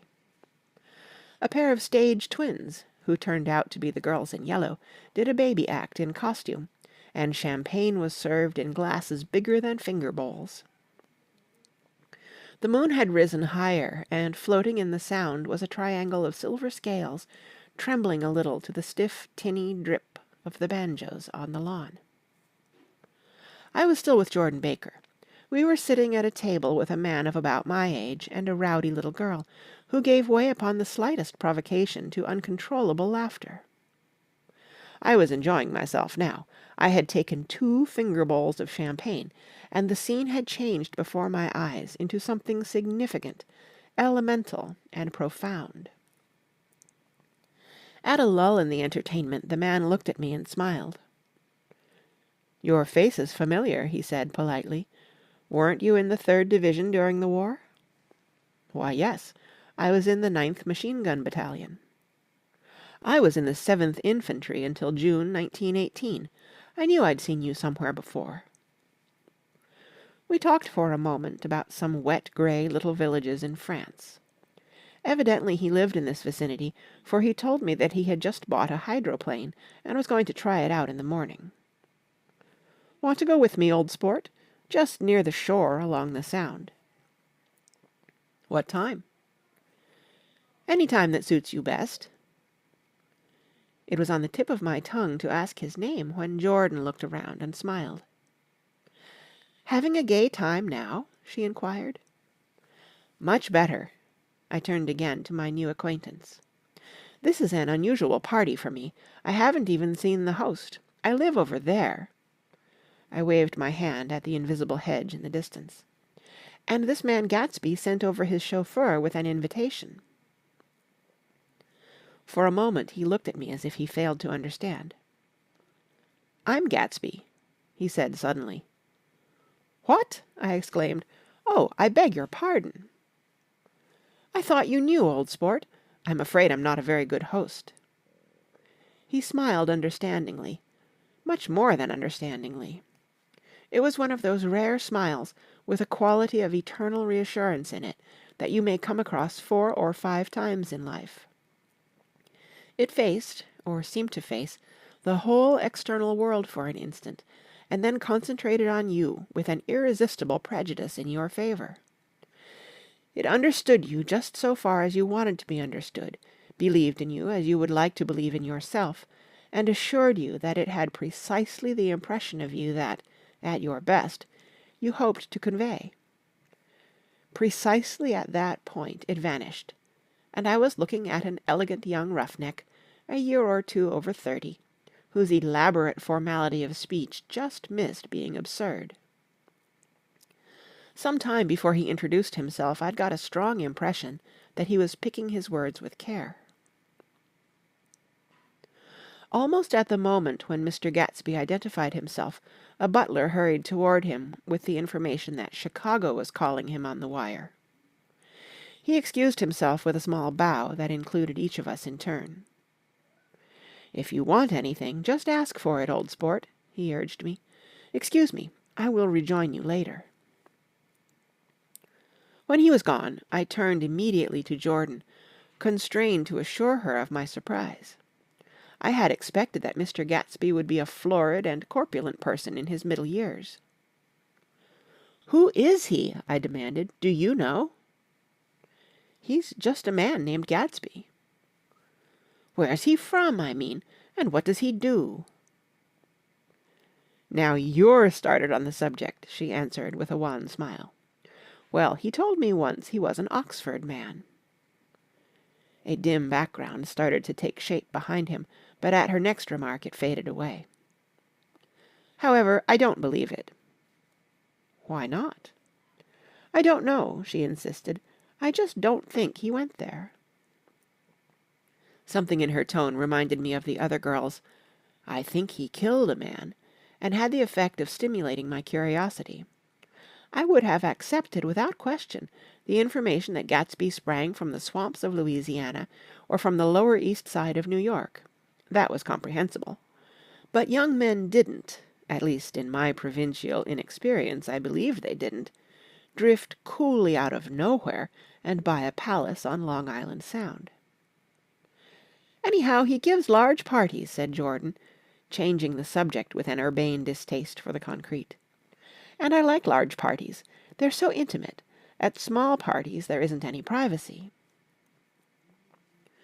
There was the boom of a bass drum, and the voice of the orchestra leader rang out suddenly above the echolalia of the garden.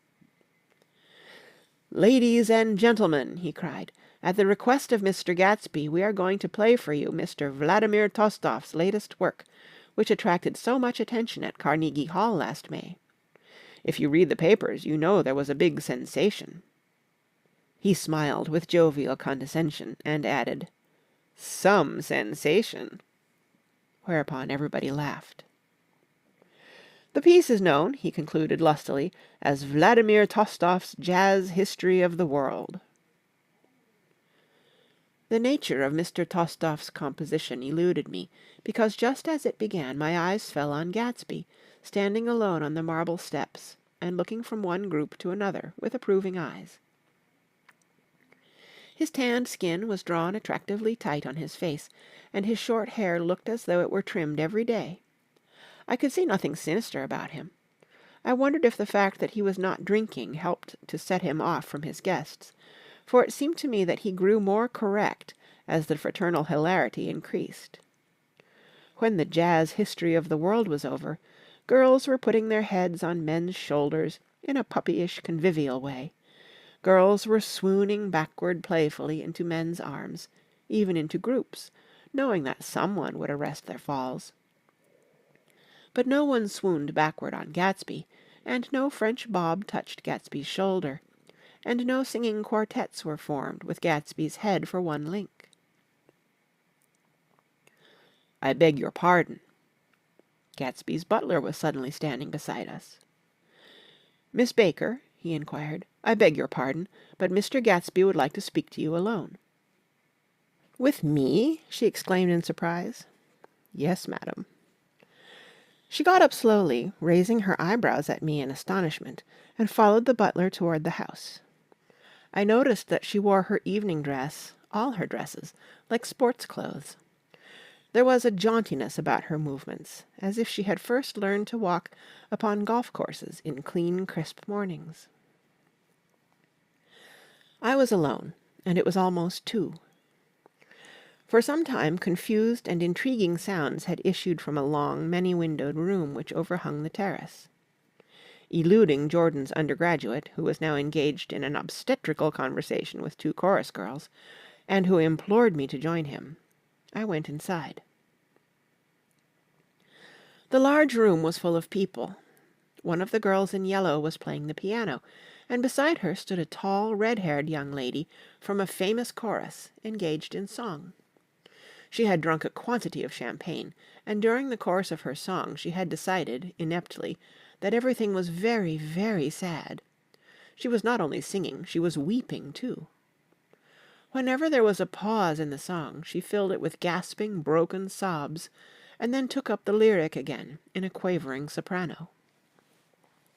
The tears coursed down her cheeks, not freely, however, for when they came into contact with her heavily beaded eyelashes, they assumed an inky color, and pursued the rest of their way in slow, black rivulets.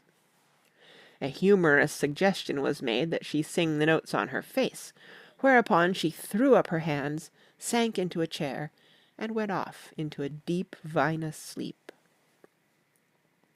"She had a fight with a man who says he's her husband," explained a girl at my elbow. I looked around. Most of the remaining women were now having fights with men said to be their husbands. Even Jordan's party, the quartet from East Egg, were rent asunder by dissension. One of the men was talking with curious intensity to a young actress, and his wife, after attempting to laugh at the situation in a dignified and indifferent way, broke down entirely and resorted to flank attacks. At intervals she appeared suddenly at his side like an angry diamond, and hissed, "You promised!" into his ear. The reluctance to go home was not confined to wayward men. The hall was at present occupied by 2 deplorably sober men and their highly indignant wives. The wives were sympathizing with each other in slightly raised voices. "Whenever he sees I'm having a good time, he wants to go home." "Never heard anything so selfish in my life." "We're always the first ones to leave." "So are we." "Well, we're almost the last tonight," said one of the men sheepishly. "The orchestra left half an hour ago." In spite of the wives' agreement that such malevolence was beyond credibility, the dispute ended in a short struggle, and both wives were lifted, kicking, into the night. As I waited for my hat in the hall, the door of the library opened, and Jordan Baker and Gatsby came out together. He was saying some last word to her, but the eagerness in his manner tightened abruptly into formality, as several people approached him to say good-bye. Jordan's party were calling impatiently to her from the porch, but she lingered for a moment to shake hands. "I've just heard the most amazing thing," she whispered. "How long were we in there?" "Why, about an hour." "It was simply amazing," she repeated abstractedly. "But I swore I wouldn't tell it, and here I am tantalizing you." She yawned gracefully in my face. "Please come and see me. Phone book. Under the name of Mrs. Sigourney Howard, my aunt." She was hurrying off as she talked. Her brown hand waved a jaunty salute as she melted into her party at the door. Rather ashamed that on my first appearance I had stayed so late, I joined the last of Gatsby's guests, who were clustered around him. I wanted to explain that I'd hunted for him early in the evening, and to apologize for not having known him in the garden. "Don't mention it," he enjoined me eagerly. "Don't give it another thought, old sport." The familiar expression held no more familiarity than the hand which reassuringly brushed my shoulder. "And don't forget we're going up in the hydroplane tomorrow morning at 9 o'clock." Then the butler, behind his shoulder. "Philadelphia wants you on the phone, sir." "All right, in a minute. Tell them I'll be right there. Good night." "Good night." "Good night." He smiled, and suddenly there seemed to be a pleasant significance in having been among the last to go, as if he had desired it all the time. Good night, old sport. Good night. But as I walked down the steps, I saw that the evening was not quite over. 50 feet from the door, a dozen headlights illuminated a bizarre and tumultuous scene. In the ditch beside the road, right side up, but violently shorn of one wheel, rested a new coupe which had left Gatsby's drive not 2 minutes before. The sharp jut of a wall accounted for the detachment of the wheel, which was now getting considerable attention from half a dozen curious chauffeurs. However, as they had left their cars blocking the road, a harsh, discordant din from those in the rear had been audible for some time, and added to the already violent confusion of the scene. A man in a long duster had dismounted from the wreck, and now stood in the middle of the road, looking from the car to the tire, and from the tire to the observers, in a pleasant, puzzled way. "See," he explained, "it went in the ditch." The fact was infinitely astonishing to him, and I recognized first the unusual quality of wonder, and then the man. It was the late patron of Gatsby's library. "How did it happen?" He shrugged his shoulders. "I know nothing whatever about mechanics," he said decisively. "But how did it happen? Did you run into the wall?" "Don't ask me," said Owl Eyes, washing his hands of the whole matter. "I know very little about driving, next to nothing. It happened, and that's all I know." "Well, if you're a poor driver, you oughtn't to try driving at night." "But I wasn't even trying," he explained indignantly. "I wasn't even trying." An awed hush fell upon the bystanders. "Do you want to commit suicide? You're lucky it was just a wheel, a bad driver, and not even trying." "You don't understand," explained the criminal. "I wasn't driving. There's another man in the car." The shock that followed this declaration found voice in a sustained "Ah!" as the door of the coupe swung slowly open. The crowd, it was now a crowd, stepped back involuntarily, and when the door had opened wide, there was a ghostly pause. Then, very gradually, part by part, a pale, dangling individual stepped out of the wreck, pawing tentatively at the ground with a large, uncertain dancing shoe. Blinded by the glare of the headlights and confused by the incessant groaning of the horns, the apparition stood swaying for a moment before he perceived the man in the duster. "What's the matter?" he inquired calmly. "Did we run out of gas?" "Look!" Half a dozen fingers pointed at the amputated wheel. He stared at it for a moment, and then looked upward, as though he suspected that it had dropped from the sky. "It came off," someone explained. He nodded. "At first I didn't notice we'd stopped." A pause. Then, taking a long breath and straightening his shoulders, he remarked in a determined voice, "Wonder if tell me where there's a gasoline station." At least a dozen men, some of them little better off than he was, explained to him that wheel and car were no longer joined by any physical bond. "Back out," he suggested after a moment. "Put her in reverse." "But the wheel's off." He hesitated. "No harm in trying," he said. The caterwauling horns had reached a crescendo, and I turned away and cut across the lawn toward home. I glanced back once. A wafer of a moon was shining over Gatsby's house, making the night fine as before, and surviving the laughter and the sound of his still glowing garden.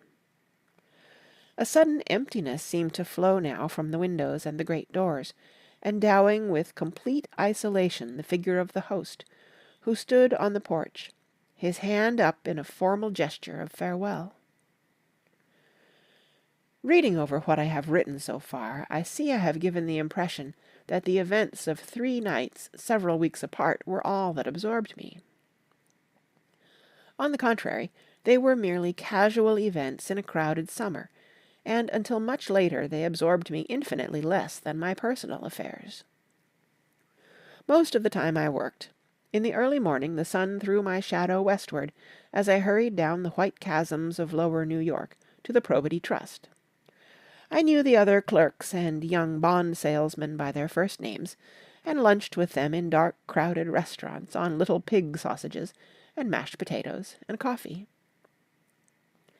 I even had a short affair with a girl who lived in Jersey City and worked in the accounting department. But her brother began throwing mean looks in my direction, so when she went on her vacation in July, I let it blow quietly away. I took dinner usually at the Yale Club. For some reason it was the gloomiest event of my day, and then I went upstairs to the library and studied investments and securities for a conscientious hour. There were generally a few rioters around, but they never came into the library, so it was a good place to work.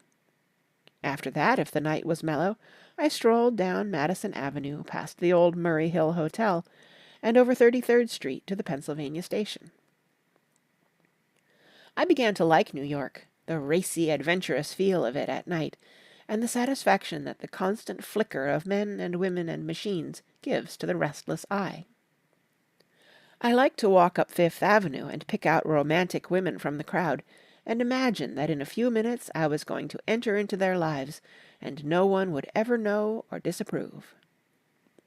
Sometimes in my mind I followed them to their apartments on the corners of hidden streets, and they turned and smiled back at me before they faded through a door into warm darkness.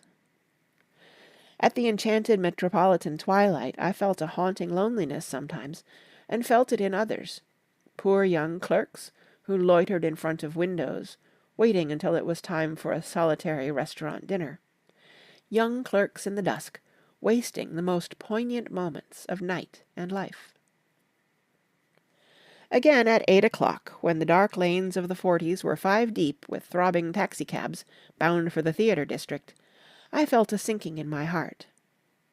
Forms leaned together in the taxis as they waited, and voices sang, and there was laughter from unheard jokes, and lighted cigarettes outlined unintelligible gestures inside. Imagining that I too was hurrying toward gaiety and sharing their intimate excitement, I wished them well. For a while I lost sight of Jordan Baker, and then in midsummer I found her again. At first I was flattered to go places with her, because she was a golf champion, and everyone knew her name. Then it was something more.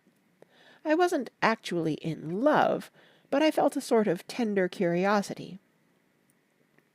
The bored, haughty face that she turned to the world concealed something. Most affectations conceal something eventually, even though they don't in the beginning. And one day I found what it was. When we were on a house party together up in Warwick, she left a borrowed car out in the rain with the top down, and then lied about it. And suddenly I remembered the story about her that had eluded me that night at Daisy's. At her first big golf tournament there was a row that nearly reached the newspapers, a suggestion that she had moved her ball from a bad lie in the semi-final round. The thing approached the proportions of a scandal, then died away. A caddy retracted his statement, and the only other witness admitted that he might have been mistaken. The incident and the name had remained together in my mind. Jordan Baker instinctively avoided clever, shrewd men, and now I saw that this was because she felt safer on a plane where any divergence from a code would be thought impossible. She was incurably dishonest. She wasn't able to endure being at a disadvantage, and, given this unwillingness, I suppose she had begun dealing in subterfuges when she was very young, in order to keep that cool, insolent smile turned to the world, and yet satisfied the demands of her hard, jaunty body. It made no difference to me. Dishonesty in a woman is a thing you never blame deeply. I was casually sorry, and then I forgot. It was on that same house party that we had a curious conversation about driving a car. It started because she passed so close to some workmen that our fender flicked a button on one man's coat. "You're a rotten driver," I protested. "Either you ought to be more careful, or you oughtn't to drive at all." "I am careful." "No, you're not." "Well, other people are," she said lightly. "What's that got to do with it?" "They'll keep out of my way," she insisted. "It takes two to make an accident." "Suppose you met somebody just as careless as yourself." "I hope I never will," she answered. "I hate careless people. That's why I like you." Her grey, sun-strained eyes stared straight ahead, but she had deliberately shifted our relations, and for a moment I thought I loved her. But I am slow-thinking and full of interior rules that act as brakes on my desires, and I knew that first I had to get myself definitely out of that tangle back home. I'd been writing letters once a week and signing them "Love, Nick," and all I could think of was how, when that certain girl played tennis, a faint mustache of perspiration appeared on her upper lip. Nevertheless, there was a vague understanding that had to be tactfully broken off before I was free. Everyone suspects himself of at least one of the cardinal virtues, and this is mine. I am one of the few honest people that I have ever known. End of Chapter 3. Chapter 4. On Sunday morning, while church bells rang in the villages along shore, the world and its mistress returned to Gatsby's house and twinkled hilariously on his lawn. "He's a bootlegger," said the young ladies, moving somewhere between his cocktails and his flowers. "One time he killed a man who had found out that he was nephew to von Hindenburg and second cousin to the devil. Reach me a rose, honey, and pour me a last drop into that there crystal glass." Once I wrote down on the empty spaces of a timetable the names of those who came to Gatsby's house that summer. It is an old timetable now, disintegrating at its folds, and headed, "This schedule in effect July 5th, 1922. But I can still read the grey names, and they will give you a better impression than my generalities of those who accepted Gatsby's hospitality and paid him the subtle tribute of knowing nothing whatever about him.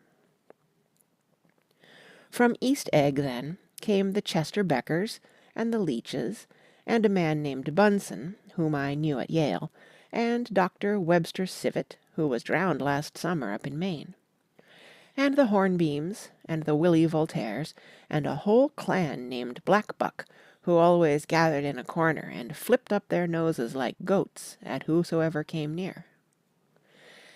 And the Ismays, and the Christies, or rather Hubert Auerbach and Mr. Christie's wife, and Edgar Beaver, whose hair, they say, turned cotton white one winter afternoon for no good reason at all.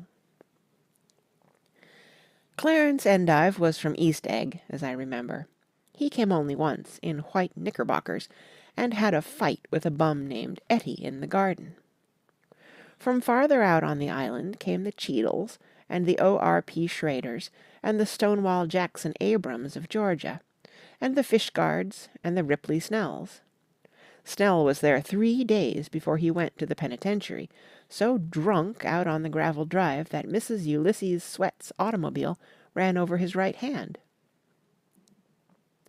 The Danceys came too, and S.B. Whitebait, who was well over 60, and Maurice A. Flink, and the Hammerheads, and Beluga, the tobacco importer, and Beluga's girls.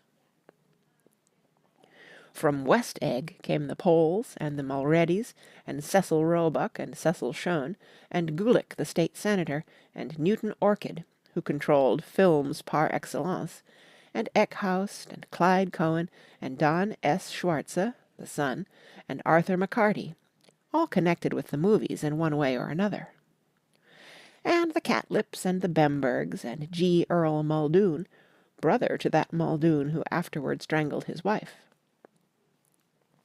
Da Fontano, the promoter, came there, and Ed Legros, and James B. Rotgut Ferret, and the De Jongs, and Ernest Lilly. They came to gamble, and when Ferret wandered into the garden it meant he was cleaned out, and Associated Traction would have to fluctuate profitably the next day. A man named Klipspringer was there so often and so long that he became known as the Boarder. I doubt if he had any other home. Of theatrical people there were Gus Weza, and Horace O'Donovan, and Lester Meyer, and George Duckweed, and Francis Bull. Also from New York were the Cromes, and the Backisons, and the Denekers, and Russell Betty, and the Corrigans, and the Kellehares, and the Dewars, and the Scullys, and S.W. Belcher, and the Smirks, and the young Quinns, divorced now, and Henry L. Palmetto, who killed himself by jumping in front of a subway train in Times Square. Benny McClenahan arrived always with 4 girls. They were never quite the same ones in physical person, but they were so identical one with another that it inevitably seemed they had been there before. I have forgotten their names, Jacqueline, I think, or else Consuela, or Gloria, or Judy, or June, and their last names were either the melodious names of flowers and months, or the sterner ones of the great American capitalists, whose cousins, if pressed, they would confess themselves to be. In addition to all these, I can remember that Faustina O'Brien came there at least once, and the Bedecker girls, and young Brewer, who had his nose shot off in the war, and Mr. Albruxberger, and Miss Haag, his fiancée, and Ardita Fitzpeters, and Mr. P. Jewett, once head of the American Legion, and Miss Claudia Hipp, with a man reputed to be her chauffeur, and a prince of something, whom we called Duke, and whose name, if I ever knew it, I have forgotten. All these people came to Gatsby's house in the summer. At 9 o'clock one morning late in July, Gatsby's gorgeous car lurched up the rocky drive to my door and gave out a burst of melody from its 3-noted horn. It was the first time he had called on me, though I had gone to 2 of his parties, mounted in his hydroplane, and at his urgent invitation made frequent use of his beach. "Good morning, old sport. You're having lunch with me today, and I thought we'd ride up together." He was balancing himself on the dashboard of his car with that resourcefulness of movement that is so peculiarly American. That comes, I suppose, with the absence of lifting work or rigid sitting in youth, and, even more, with the formless grace of our nervous, sporadic games. This quality was continually breaking through his punctilious manner in the shape of restlessness. He was never quite still. There was always a tapping foot somewhere, or the impatient opening and closing of a hand. He saw me looking with admiration at his car. "It's pretty, isn't it, old sport?" He jumped off to give me a better view. "Haven't you ever seen it before?" I'd seen it. Everybody had seen it. It was a rich cream color, bright with nickel, swollen here and there in its monstrous length with triumphant hat boxes and supper boxes and tool boxes, and terraced with a labyrinth of windshields that mirrored a dozen suns. Sitting down behind many layers of glass in a sort of green leather conservatory, we started to town.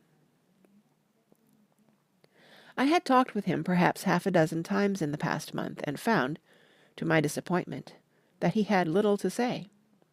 So my first impression, that he was a person of some undefined consequence, had gradually faded, and he had become simply the proprietor of an elaborate roadhouse next door. And then came that disconcerting ride.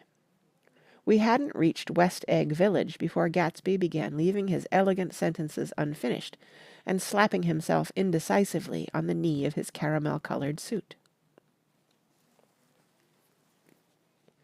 "Look here, old sport," he broke out surprisingly. "What's your opinion of me, anyhow?" A little overwhelmed, I began the generalized evasions which that question deserves. "Well, I'm going to tell you something about my life," he interrupted.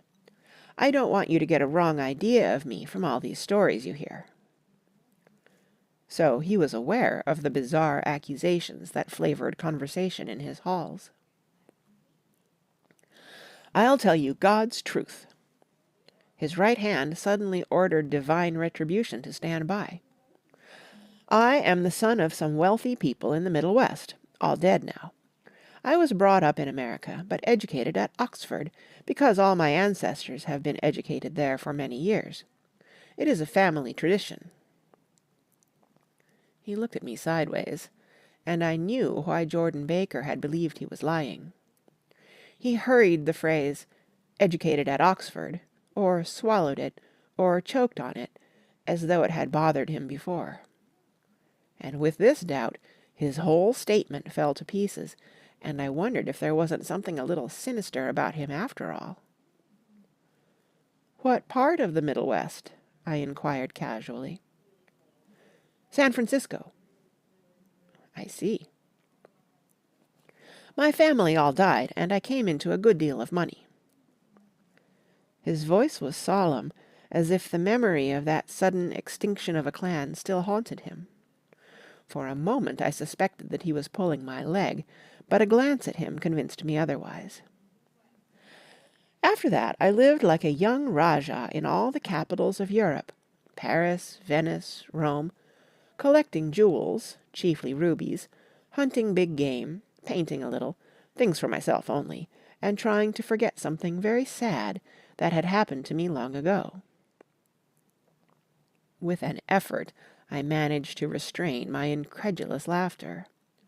The very phrases were worn so threadbare that they evoked no image except that of a turbaned character leaking sawdust at every pore as he pursued a tiger through the Bois de Boulogne. "Then came the war, old sport. It was a great relief, and I tried very hard to die, but I seemed to bear an enchanted life. I accepted a commission as first lieutenant when it began. In the Argonne Forest I took 2 machine-gun detachments so far forward that there was a half-mile gap on either side of us where the infantry couldn't advance. We stayed there 2 days and 2 nights, 130 men with 16 Lewis guns, and when the infantry came up at last they found the insignia of 3 German divisions among the piles of dead. I was promoted to be a major, and every Allied government gave me a decoration, even Montenegro, little Montenegro down on the Adriatic Sea." Little Montenegro. He lifted up the words and nodded at them with his smile. The smile comprehended Montenegro's troubled history and sympathized with the brave struggles of the Montenegrin people. It appreciated fully the chain of national circumstances which had elicited this tribute from Montenegro's warm little heart. My incredulity was submerged in fascination now. It was like skimming hastily through a dozen magazines. He reached in his pocket, and a piece of metal, slung on a ribbon, fell into my palm. "That's the one from Montenegro." To my astonishment, the thing had an authentic look. "Orderi di Danilo," ran the circular legend. "Montenegro, Nicholas Rex." "Turn it." "Major Jay Gatsby," I read, "for valor extraordinary." "Here's another thing I always carry, a souvenir of Oxford days. It was taken in Trinity Quad. The man on my left is now the Earl of Dorchester." It was a photograph of half a dozen young men in blazers, loafing in an archway through which were visible a host of spires. There was Gatsby, looking a little, not much, younger, with a cricket bat in his hand. Then it was all true. I saw the skins of tigers flaming in his palace on the Grand Canal. I saw him opening a chest of rubies to ease, with their crimson-lighted depths, the gnawings of his broken heart. "I'm going to make a big request of you today," he said, pocketing his souvenirs with satisfaction. "So I thought you ought to know something about me. I didn't want you to think I was just some nobody. You see, I usually find myself among strangers because I drift here and there, trying to forget the sad thing that happened to me." He hesitated. "You'll hear about it this afternoon." "At lunch?" "No, this afternoon. I happened to find out that you're taking Miss Baker to tea." "Do you mean you're in love with Miss Baker?" "No, old sport, I'm not, but Miss Baker has kindly consented to speak to you about this matter." I hadn't the faintest idea what "this matter" was, but I was more annoyed than interested. I hadn't asked Jordan to tea in order to discuss Mr. Jay Gatsby. I was sure the request would be something utterly fantastic, and for a moment I was sorry I'd ever set foot upon his overpopulated lawn. He wouldn't say another word. His correctness grew on him as we neared the city. We passed Port Roosevelt, where there was a glimpse of red-belted ocean-going ships, and sped along a cobbled slum lined with the dark, undeserted saloons of the faded gilt 1900s. Then the Valley of Ashes opened out on both sides of us, and I had a glimpse of Mrs. Wilson straining at the garage pump with panting vitality as we went by. With fenders spread like wings, we scattered light through half Long Island City. Only half, for as we twisted among the pillars of the elevated, I heard the familiar jug-jug spat of a motorcycle, and a frantic policeman rode alongside. "All right, old sport," called Gatsby. We slowed down. Taking a white card from his wallet, he waved it before the man's eyes. "Right you are," agreed the policeman, tipping his cap. "Know you next time, Mr. Gatsby. Excuse me." "What was that?" I inquired. "The picture of Oxford?" "I was able to do the commissioner a favour once, and he sends me a Christmas card every year." Over the great bridge, with the sunlight through the girders making a constant flicker upon the moving cars, with the city rising up across the river in white heaps and sugar lumps, all built with a wish out of non-olfactory money.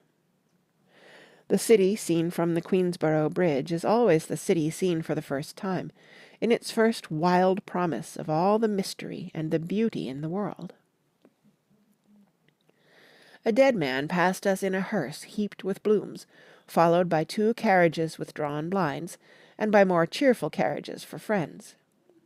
The friends looked out at us with tragic eyes and short upper lips of southeastern Europe, and I was glad that the sight of Gatsby's splendid car was included in their sombre holiday.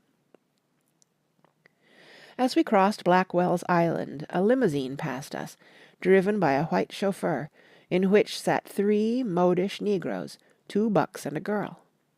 I laughed aloud as the yolks of their eyeballs rolled toward us in haughty rivalry. Anything can happen now that we've slid over this bridge, I thought. Anything at all. Even Gatsby could happen, without any particular wonder. Roaring noon. In a well-fanned 42nd Street cellar I met Gatsby for lunch. Blinking away the brightness of the street outside, my eyes picked him out obscurely in the anteroom, talking to another man. "Mr. Carraway, this is my friend Mr. Wolfsheim." A small, flat-nosed Jew raised his large head and regarded me with 2 fine growths of hair which luxuriated in either nostril. After a moment I discovered his tiny eyes in the half-darkness. "So I took one look at him," said Mr. Wolfsheim, shaking my hand earnestly. "And what do you think I did?" "What?" I inquired politely. But evidently he was not addressing me, for he dropped my hand and covered Gatsby with his expressive nose. "I handed the money to Catspaw, and I said, 'All right, Catspaw, don't pay him a penny till he shuts his mouth.' He shut it then and there." Gatsby took an arm of each of us and moved forward into the restaurant, whereupon Mr. Wolfsheim swallowed a new sentence he was starting and lapsed into a somnambulatory abstraction. "Highballs?" asked the head waiter. "This is a nice restaurant here," said Mr. Wolfsheim, looking at the Presbyterian nymphs on the ceiling. "But I like across the street better." "Yes, highballs," agreed Gatsby, and then to Mr. Wolfsheim, "It's too hot over there." "Hot and small, yes," said Mr. Wolfsheim, "but full of memories." "What place is that?" I asked. The old metropole." "The old metropole," brooded Mr. Wolfsheim gloomily. "Filled with faces dead and gone, filled with friends gone now forever. I can't forget so long as I live the night they shot Rosie Rosenthal there. It was 6 of us at table, and Rosie had eat and drunk a lot all evening. When it was almost morning, the waiter came up to him with a funny look and says somebody wants to speak to him outside. 'All right,' says Rosie, and begins to get up, and I pulled him down in his chair. 'Let the bastards come in here if they want you, Rosie, but don't you, so help me, move outside this room.' It was 4 o'clock in the morning then, and if we'd raised of the blinds we'd have seen daylight." "Did he go?" I asked innocently. "Sure he went." Mr. Wolfsheim's nose flashed at me indignantly. "He turned around in the door and says, 'Don't let that waiter take away my coffee.' Then he went out on the sidewalk and they shot him 3 times in his full belly and drove away." "4 of them were electrocuted," I said, remembering. "5 with Becker." His nostrils turned to me in an interested way. "I understand you're looking for a business connection." The juxtaposition of these 2 remarks was startling. Gatsby answered for me. "Oh, no," he exclaimed. "This isn't the man." "No?" Mr. Wolfsheim seemed disappointed. "This is just a friend. I told you we'd talk about that some other time." "I beg your pardon," said Mr. Wolfsheim. "I had the wrong man." A succulent hash arrived, and Mr. Wolfsheim, forgetting the more sentimental atmosphere of the old metropole, began to eat with ferocious delicacy. His eyes, meanwhile, roved very slowly all around the room. He completed the arc by turning to inspect the people directly behind. I think that, except for my presence, he would have taken one short glance beneath our own table. "Look here, old sport," said Gatsby, leaning toward me. "I'm afraid I made you a little angry this morning in the car." There was the smile again, but this time I held out against it. "I don't like mysteries," I answered, "and I don't understand why you won't come out frankly and tell me what you want. Why has it all got to come through Miss Baker?" "Oh, it's nothing underhand," he assured me. "Miss Baker's a great sportswoman, you know, and she'd never do anything that wasn't all right." Suddenly he looked at his watch, jumped up, and hurried from the room, leaving me with Mr. Wolfsheim at the table. "He has to telephone," said Mr. Wolfsheim, following him with his eyes. "Fine fellow, isn't he? Handsome to look at, and a perfect gentleman." "Yes."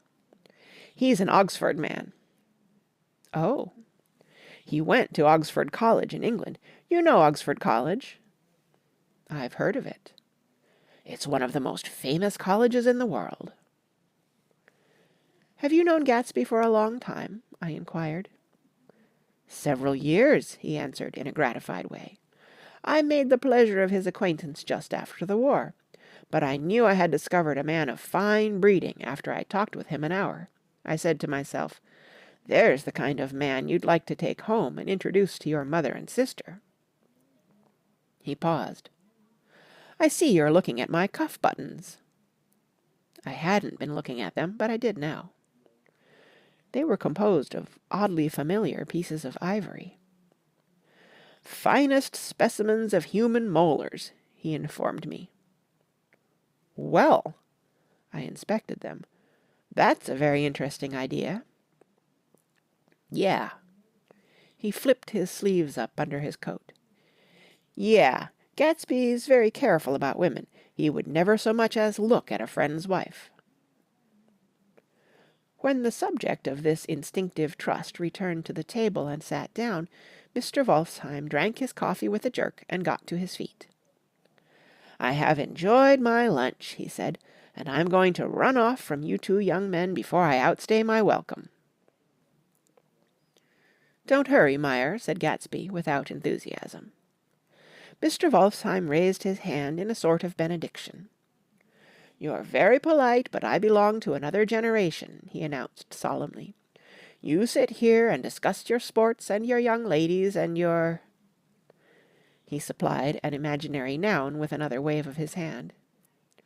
As for me, I am 50 years old, and I won't impose myself on you any longer.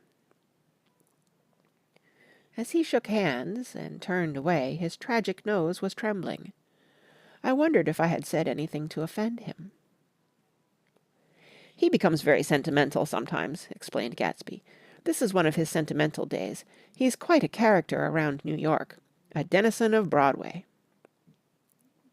Who is he, anyhow? An actor? No. A dentist? Meyer Wolfsheim? No, he's a gambler. Gatsby hesitated, then added coolly, he's the man who fixed the World Series back in 1919. Fixed the World Series? I repeated. The idea staggered me. I remembered, of course, that the World Series had been fixed in 1919, but if I had thought of it at all, I would have thought of it as a thing that merely happened, the end of some inevitable chain. It never occurred to me that one man could start to play with the faith of 50 million people, with the single-mindedness of a burglar blowing a safe. How did he happen to do that? I asked after a minute. He just saw the opportunity.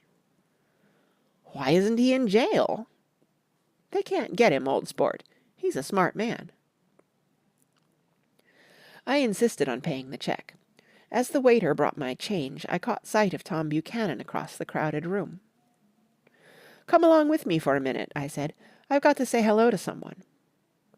When he saw us, Tom jumped up and took a half-dozen steps in our direction. Where have you been? He demanded eagerly. Daisy's furious because you haven't called up. This is Mr. Gatsby, Mr. Buchanan. They shook hands briefly, and a strained, unfamiliar look of embarrassment came over Gatsby's face. How have you been, anyhow? Demanded Tom of me. How'd you happen to come up this far to eat? I've been having lunch with Mr. Gatsby. I turned toward Mr. Gatsby, but he was no longer there. One October day in 1917, said Jordan Baker that afternoon, sitting up very straight on a straight chair in the tea garden at the Plaza Hotel, I was walking along from one place to another, half on the sidewalks and half on the lawns. I was happier on the lawns because I had on shoes from England with rubber knobs on the soles that bit into the soft ground. I had on a new plaid skirt, also, that blew a little in the wind, and whenever this happened, the red, white, and blue banners in front of all the houses stretched out stiff and said, "Tut, tut, tut, tut," in a disapproving way. The largest of the banners and the largest of the lawns belonged to Daisy Fay's house. She was just 18, 2 years older than me, and by far the most popular of all the young girls in Louisville. She dressed in white and had a little white roadster, and all day long the telephone rang in her house, and excited young officers from Camp Taylor demanded the privilege of monopolizing her that night. Anyways, for an hour. When I came opposite her house that morning, her white roadster was beside the curb, and she was sitting in it with a lieutenant I had never seen before. They were so engrossed in each other that she didn't see me until I was 5 feet away. "Hello, Jordan," she called unexpectedly. "Please come here." I was flattered that she wanted to speak to me, because of all the older girls I admired her most. She asked me if I was going to the Red Cross and make bandages. I was. Well, then, would I tell them that she couldn't come that day? The officer looked at Daisy while she was speaking, in a way that every young girl wants to be looked at sometime, and because it seemed romantic to me, I have remembered the incident ever since. His name was Jay Gatsby, and I didn't lay eyes on him again for over 4 years. Even after I'd met him on Long Island, I didn't realize it was the same man. That was 1917. By the next year, I had a few beaux myself, and I began to play in tournaments, so I didn't see Daisy very often. She went with a slightly older crowd, when she went with anyone at all. Wild rumors were circulating about her, how her mother had found her packing her bag one winter night, to go to New York and say goodbye to a soldier who was going overseas. She was effectually prevented, but she wasn't on speaking terms with her family for several weeks. After that she didn't play around with the soldiers any more, but only with a few flat-footed, short-sighted young men in town who couldn't get into the army at all. By the next autumn she was gay again, gay as ever. She had a debut after the armistice, and in February she was presumably engaged to a man from New Orleans. In June she married Tom Buchanan of Chicago, with more pomp and circumstance than Louisville ever knew before. He came down with 100 people in 4 private cars, and hired a whole floor of the Seelbach Hotel, and the day before the wedding he gave her a string of pearls valued at $350,000. I was bridesmaid. I came into her room half an hour before the bridal dinner, and found her lying on her bed as lovely as the June night in her flowered dress, and as drunk as a monkey.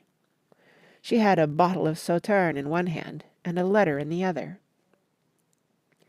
"Gratulate me," she muttered. "Never had a drink before, but oh, how I do enjoy it." "What's the matter, Daisy?" I was scared, I can tell you. I'd never seen a girl like that before. "Here, dears." She groped around in a wastebasket that she had with her on the bed, and pulled out the string of pearls. "Take 'em downstairs and give 'em back to whoever they belong to.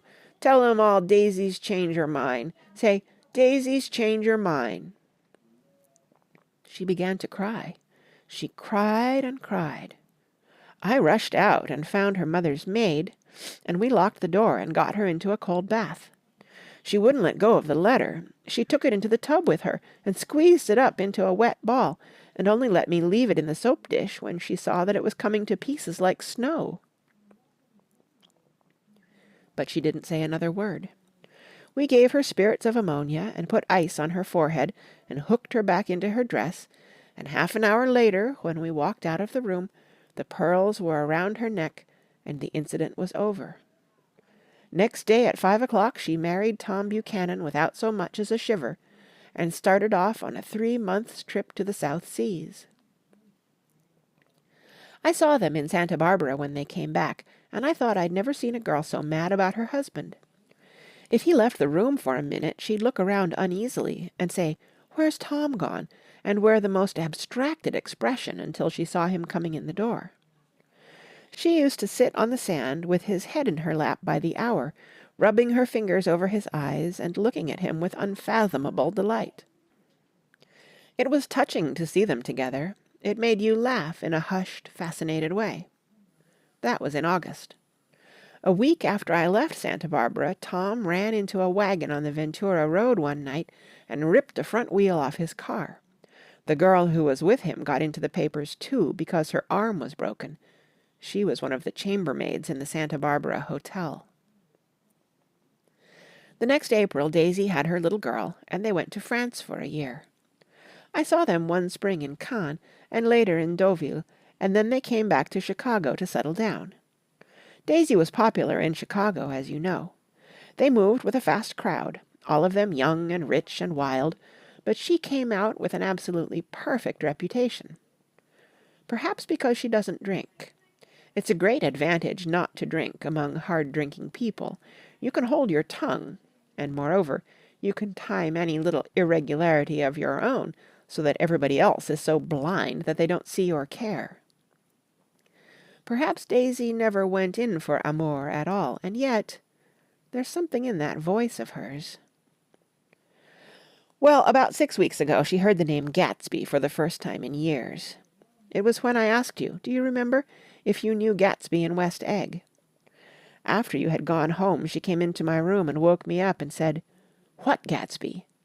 And when I described him, I was half asleep, she said in the strangest voice that it must be the man she used to know. It wasn't until then that I connected this Gatsby with the officer in her white car. When Jordan Baker had finished telling all this, we had left the plaza for half an hour, and were driving in a Victoria through Central Park. The sun had gone down behind the tall apartments of the movie stars in the West 50s, and the clear voices of girls, already gathered like crickets on the grass, rose through the hot twilight. I'm the Sheik of Araby, your love belongs to me.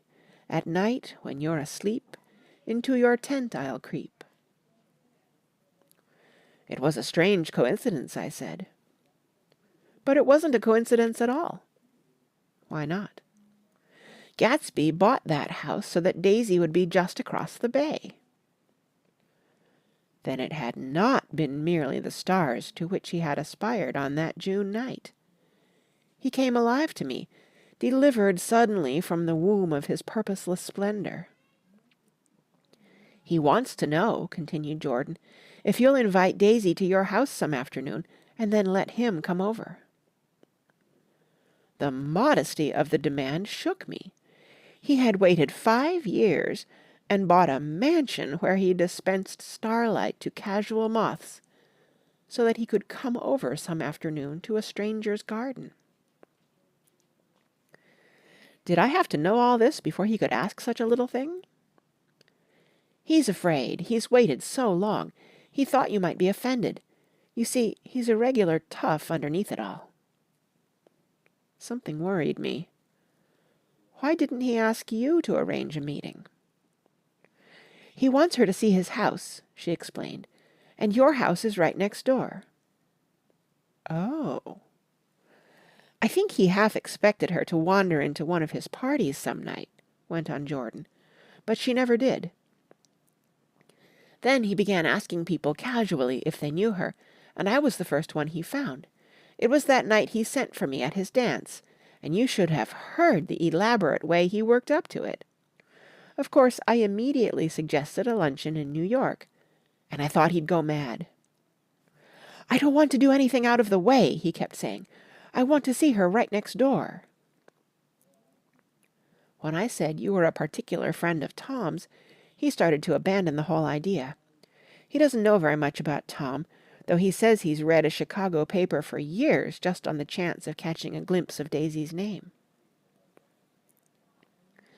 It was dark now, and as we dipped under a little bridge, I put my arm around Jordan's golden shoulder and drew her toward me and asked her to dinner. Suddenly I wasn't thinking of Daisy and Gatsby any more, but of this clean, hard, limited person who dealt in universal skepticism and who leaned back jauntily just within the circle of my arm. A phrase began to beat in my ears with a sort of heady excitement. There are only the pursued, the pursuing, the busy, and the tired. And Daisy ought to have something in her life, murmured Jordan to me. Does she want to see Gatsby? She's not to know about it. Gatsby doesn't want her to know. You're just supposed to invite her to tea. We passed a barrier of dark trees, and then the facade of 59th Street. A block of delicate pale light beamed down into the park. Unlike Gatsby and Tom Buchanan, I had no girl whose disembodied face floated along the dark cornices and blinding signs, and so I drew up the girl beside me, tightening my arms. Her wan, scornful mouth smiled, and so I drew her up again, closer, this time to my face. End of chapter 4.